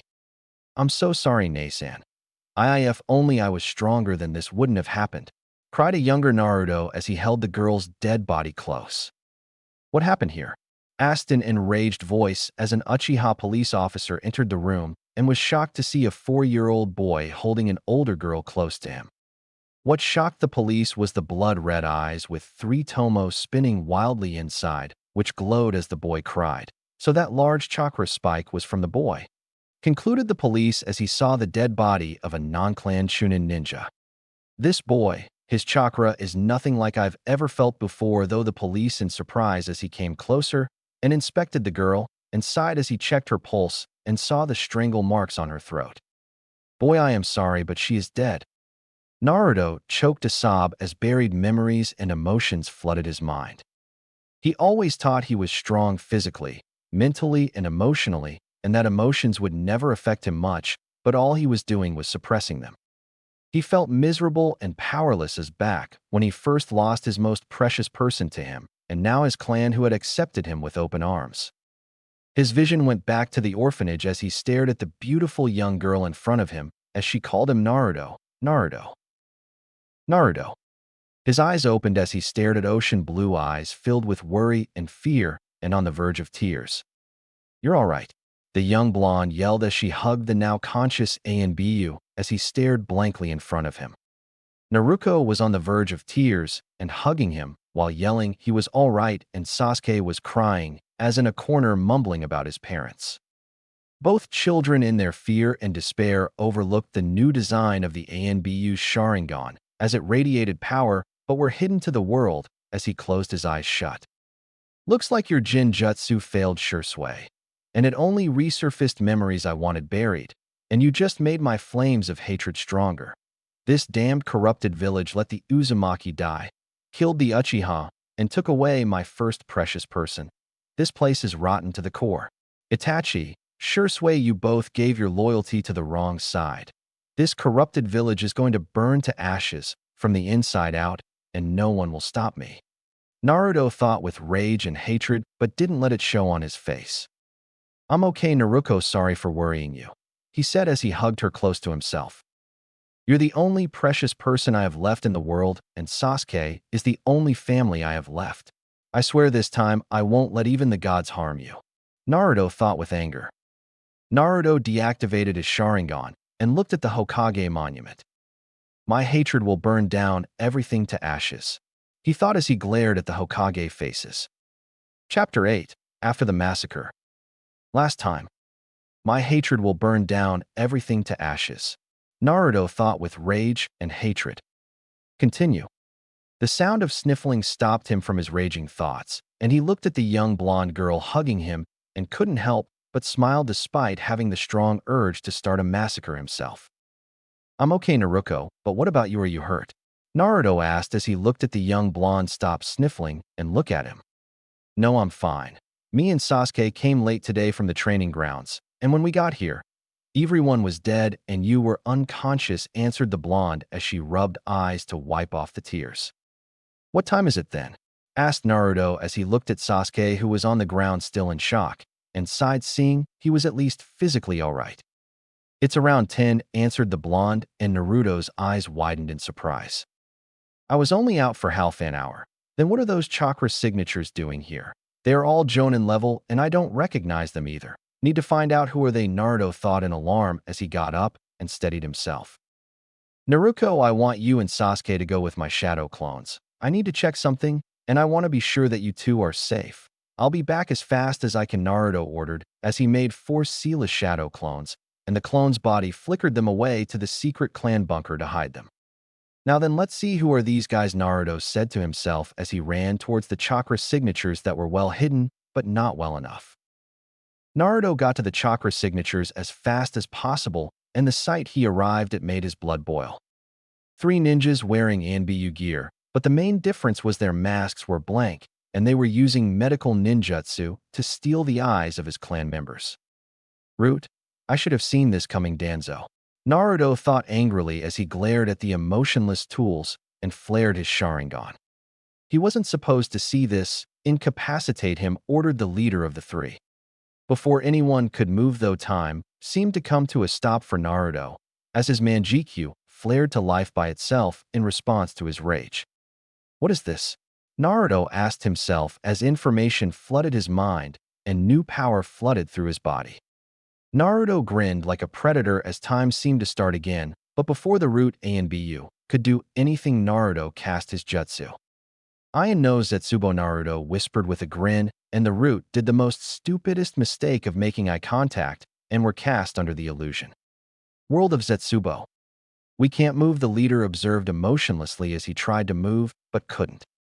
That's because I don't want you to, Naruto said with his grin growing wider as he stood casually.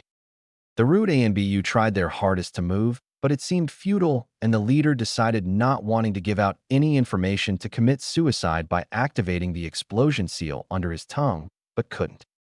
Yeah, I don't think so, Naruto answered as he slowly moved towards the root ANBU.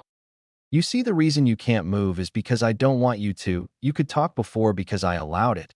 Hee in this world, I'm literally God. Everything you do, will do. I know it, and can decide whether it can happen or not. Now then, what to do with you, scum? Naruto asked thoughtfully. Let's see if I can do this, Naruto said as he snapped his fingers and 2 of the root ANBU were cut into 10 pieces. Think elfin light style. The leader still looked on like a drone, not moving or showing any emotion, though the only indication was he's shaking, which Naruto noticed since it was his world. Looks like I don't have enough practice to control the difference in time between here and reality, Naruto said, sounding a little disappointed. I would torture you before killing you for what you were doing, but seeing as you're only a tool, it will only be waste of time, Naruto said as he snapped his fingers again, and the ANBU was slowly bisected in the waist and neck, and Naruto allowed him to scream. Again, elfin light-style death, only very slow. Reality. From afar, anyone who would see the exchange would see the ninjas staring at each other before the root ANBU were cut from out of nowhere, without any source of chakra, weapon, or anything. It would be very surreal for any ninja to see the event. I wonder why didn't my eyes bleed? Naruto asked himself, not caring about the gore and smell in front of him. Water release. Water bullet jutsu. A great ball of water was fired from another root ANBU from atop a house. Naruto only turned his head and whispered Kamui. The bullet of water seemingly disappeared into thin air as though it never existed in the first place before the same jutsu appeared again out of nowhere a meter behind root ANBU and made contact, smashing the ANBU to the ground. One left, Naruto said with a smirk as he disappeared out of sight and instantly appeared behind the root ANBU and slit his throat. As the root ANBU fell to the ground, Naruto saw the last ANBU get up from getting hit with the water bullet, but before he could gather himself, he screamed in agony as a strange hole started to open from inside his chest and expanded while shredding the ANBU, leaving no trace behind. And that's the last one, Naruto said as he used his chakra sensing and noted that ANBU he recognized were coming towards the clan compound. Later, the ANBU arrived and were shocked to find the entire district empty of life except 3 signatures, and they decided to ask Naruto considering they knew his chakra. What happened here, Naruto, and why aren't you wearing your mask? Asked an ANBU with spiky silver hair. Itachi and Shursui happened, Naruto answered with a hollow voice. Later, the entire village had gathered for the funeral of the Uchiha clan, though there weren't any coffins since Naruto had burned all the corpses opposed to the usual, only burying them.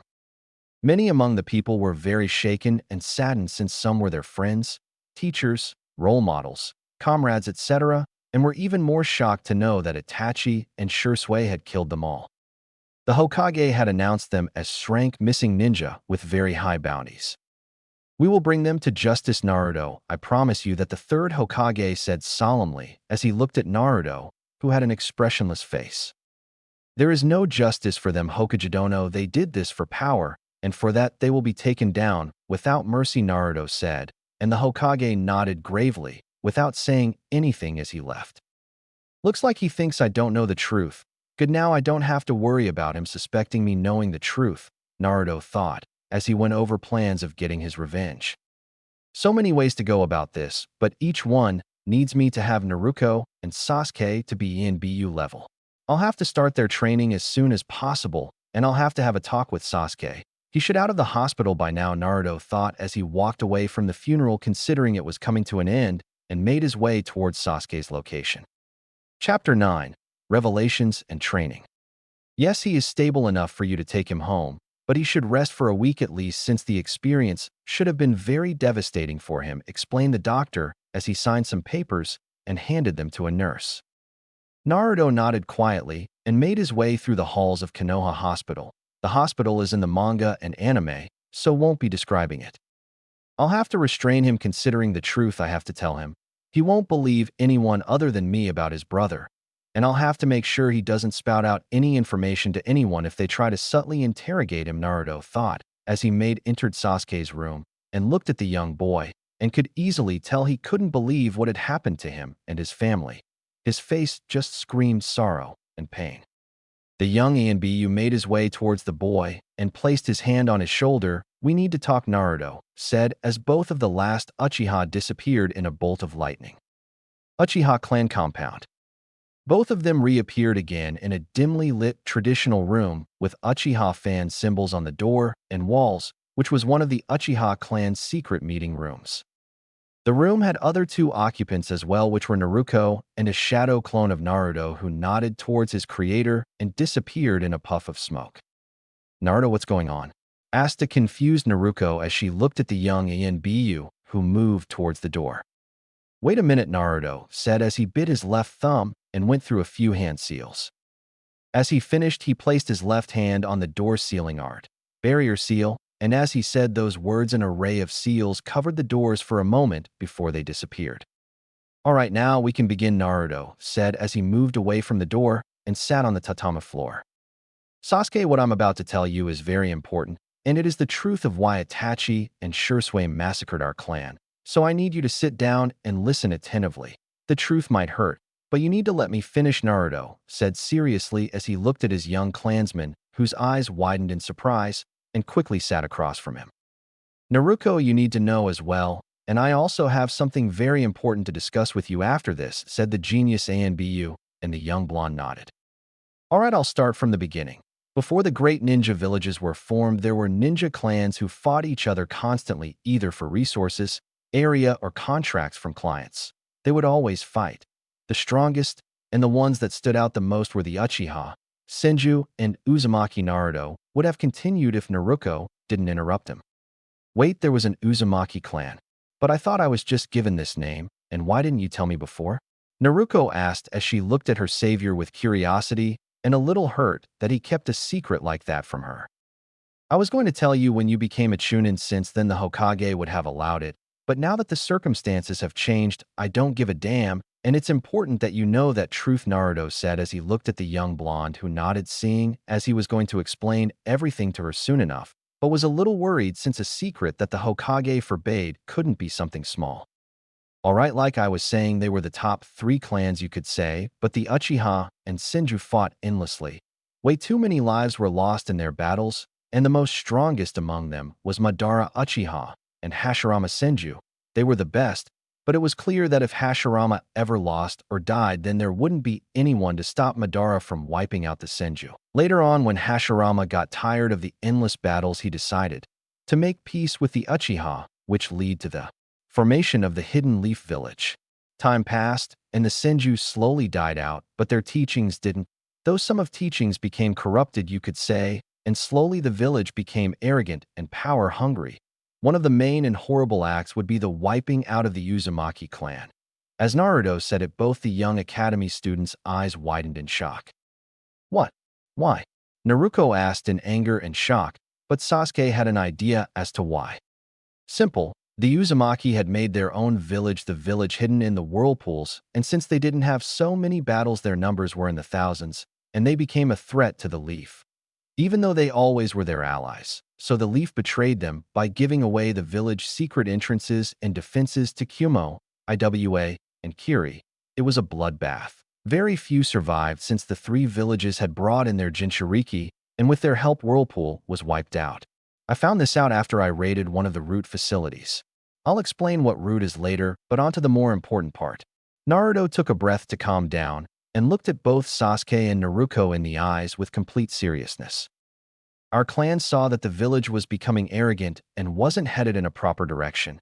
If it continued, then they were sure that there would be war again soon, which we wouldn't win. So we decided to stage a coup, but failed since there were 2 moles for the village. Those were Itachi and Shisui, Naruto said, and Sasuke's eyes widened. He instantly got a dreadful feeling of what he was about to hear next. Itachi and Shisui loved the clan, but their love for the village was more so when the Hokage ordered it, they killed off the clan. Why? Sasuke asked almost breathlessly, since he couldn't comprehend as to why his brother would betray his own people. Simple, they knew that if some were spared, then they would leave the village, which would result in them losing the Sharingan. So they decided to kill off the rest and keep someone who could restore the clan, so to speak, and that was me. My Sharingan and skills were much better than Itachi and Shisui's, so I was chosen to restore the clan for Konoha, even though I was supporting the coup. They planned it in a way so that I wouldn't be in the village when it happened and make it look like it was Itachi and Shisui's fault and not the village's. Naruto finished somberly, and as he looked at Sasuke, he could understand the disbelief in his eyes. But if that's true, then why didn't he kill me? Sasuke asked desperately. Naruto sighed at the question, since he didn't really know why. Maybe it was because he wasn't in the area and got lucky, since Itachi had to leave by the time he arrived. He couldn't really tell, since Itachi killed off everyone, even his own parents. I don't really know why. Naruko told me you both came late because you were practicing taijutsu, so I think you got lucky and weren't there when it happened, and by the time you came Itachi had probably left, and as Naruto finished Sasuke could feel fear, relief, but most of all burning hate boiling inside his body. He was spared because he was lucky, but worst of all was that his brother betrayed his clan, family, and was going to kill him too. Sasuke lowered his head in anger and clenched his hands as his anger kept on increasing. "So Sasuke, what are you going to do now?" Naruto asked, but he already knew the answer. Sasuke raised his head and looked at Naruto in eyes with rage and determination. "I'll make Itachi and the village pay." Naruto nodded. "Good, then we have the same goal, and I'll help you achieve it," Naruto said, and Sasuke nodded since he understood Naruto would also want revenge. "Wait, but that means you'll be against the entire village. You can't just fight them like that. You'll get killed." Naruto yelled in shock, and Naruto sighed. "True, there is strength in numbers, even if the quality is low, but that's why I'm going to train you two to help me and survive," said Naruto, and Sasuke nodded acceptance, while Naruto seemed unsure. Naruto sighed as he looked at the young blonde who seemed more scared than sure, but it was logical since going up against the strongest military village in the world with just two people doesn't seem very reassuring. "Naruto, there are some things you should know. First of all about your parents," Naruto said, and Naruto felt herself stop breathing at the mention of knowing her parents, since it is every orphan's dream to find out who their parents are. "Your father was easy to figure out, but your mother was a little difficult since their marriage was done in secret. Nonetheless, your father is Minato Namikaze, the fourth Hokage, and your mother is Kushina Uzumaki, the heiress of the Uzumaki clan." As he finished, both Naruto and Sasuke's felt shock for the umpteenth time that day. "How? But if I'm the daughter of the Hokage, then why didn't anyone tell me?" Naruko asked in shock and sorrow, but inside she felt a little happy knowing she was the daughter of two great people. It's standard procedure to seal a tailed beast inside a child who is related to the Hokage or someone in high position in order to keep them loyal, and if not possible, then they're sealed inside any child that can hold the tailed beast. You're the daughter of the Hokage and an Uzumaki, thus making you the perfect candidate for the sealing, Naruto explained and waited for the question. "What are tailed beasts?" Sasuke asked curiously. "Beings of pure yokai that can cause massive destruction and can't be killed. There are only 9 in the world, and the 9-tailed and strongest is the Kyuubi that is sealed inside you." Naruto said slowly to let the young blonde absorb the information and saw her shaking in shock. Naruto quickly moved and hugged the young blonde close to himself to calm her down. "Why me?" Naruko asked as tears started to form in her eyes. "It was probably the only choice since the Kyuubi couldn't be killed, and you were the only one available to him for the sealing. Either that or everyone in the village would have been killed. Me, Sasuke, Mikatabusin, everyone. If it weren't for you, we wouldn't be here. You saved us all, and even the Hokage asked the village to treat you as a hero. You are as his last wish, but that was ignored by the majority of the village," Naruto explained, and felt that the young blonde was calming down a little from his words. "What about my mother? Is she alive?" Naruko stuttered to ask the question, and Naruto sighed sadly. "I'm sorry, but she died that night, due to blood loss," Naruto answered, and the young blonde began to cry silently. Naruto tried to soothe her and calm her down, and eventually Naruko did after a few minutes, and Sasuke quietly watched and silently sympathized with his rival, since he knew perfectly well the pain of losing your parents. "Why didn't anyone tell me this before? Why didn't you?" Naruko asked as she sniffled. "The Hokage forbade it with death penalty. I only knew of your sealing at first. I figured out about your heritage and parents later on. I was going to tell you this later, but seeing the circumstances, it would better if you knew the truth, so no one fools you with lies." "Then is that it? I'm just a weapon to the village?" Naruko asked almost hopelessly. "To the village you are, but to me you're my most precious person in the world, and I'm not going to let this village or anyone else hurt you," Naruto said with burning determination as he looked at Naruko, who felt her heart warm up at the words. "Naruko, I don't know if you want to destroy this village for what it's done, and if you don't want, then it's," Naruto would have continued if he wasn't interrupted again. "I'll do it. I'll help you and Sasuke take down this village," Naruko said determined, and Naruto smiled at the young blonde for her determination, but inside he felt like shit having to train 2 kids in order to take down a corrupt village, which would no doubt end in a bloodbath. "Well then guess we have a lot of training to do if we want to take this place down," Naruto asked, and both Naruko and Sasuke nodded. 1 month later. Come on, is that all you've got? Move faster. You still have 2 more reps to complete. Naruto ordered, and Naruko and Sasuke groaned in protest while their bodies ached in pain and agony. After the shocking truth was revealed to them, both Naruko and Sasuke decided to help Naruto take down the leaf. Both of them had their own reasons. While Naruko didn't want to destroy the village that her father sacrificed his life for, she couldn't ignore the fact the leaf sold out her mother's village and disrespected his last wish, and the last nail on the coffin was the massacre of the Uchiha. They were the only people in the village that respected and liked her and weren't afraid to show it. Killing them off and wanting to use Naruto as a tool made her decision to destroy the corrupted village that will destroy more lives if left alone. Sasuke's reason was simple. He wanted revenge on the village for destroying his clan, but most of all his brother, who chose the village over his own family and was going to kill him too if he weren't lucky to not be there. Knowing that his life would have been over that night made his blood boil. He wasn't strong enough to protect anyone. He isn't strong enough to protect anyone. Even now, if his brother wanted to kill someone, he wouldn't be able to stop him. While the determination of both the young ninja was admirable, it wasn't enough against the ridiculous training regime they were going through right now. Do you seriously think you two can beat any capable ninja with the level you are at now? Then let me tell you, you can't. That ninja would destroy you. Me and Itachi had to go through training that was way harder than this when we were your age, and we did all of it with stride. If you want to beat anyone in life, then you have to train harder, better, longer than them, and if you can't, then you'll lose. Talent and Kekkei Genkai means shit if your mind and body are too weak to use them. So move faster and complete the rep for me, Naruto ordered, and Sasuke moved faster when he heard Itachi trained harder than what he was doing. While he hates him, he now understood how Itachi became so strong. The training he went through must have been hell. Naruko, on the other hand, couldn't believe that Naruto went through tougher training when he was her age and understood one thing, that even if someone wasn't as talented as someone else, their gap could always be broken with the right amount of hard work. Naruto had taken them out of the academy by his power as the new clan head, stating that they needed proper training. Now, seeing as Sasuke was one of the last Uchiha left and his survival was important, while Naruko was his apprentice. The fangirls and fanboys that were beginning to form whined about their idols leaving the academy, but there wasn't anything they could do, and both Naruko and Sasuke were grateful that they could get away from the brainless annoyances.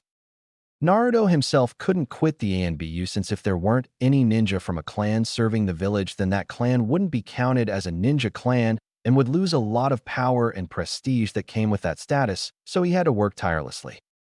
Though he only started taking on special missions that didn't need him to be out of the village for too long, and only took the most dangerous and high-paying missions that involved killing off dangerous ninjas or stealing documents from the most tightly guarded places.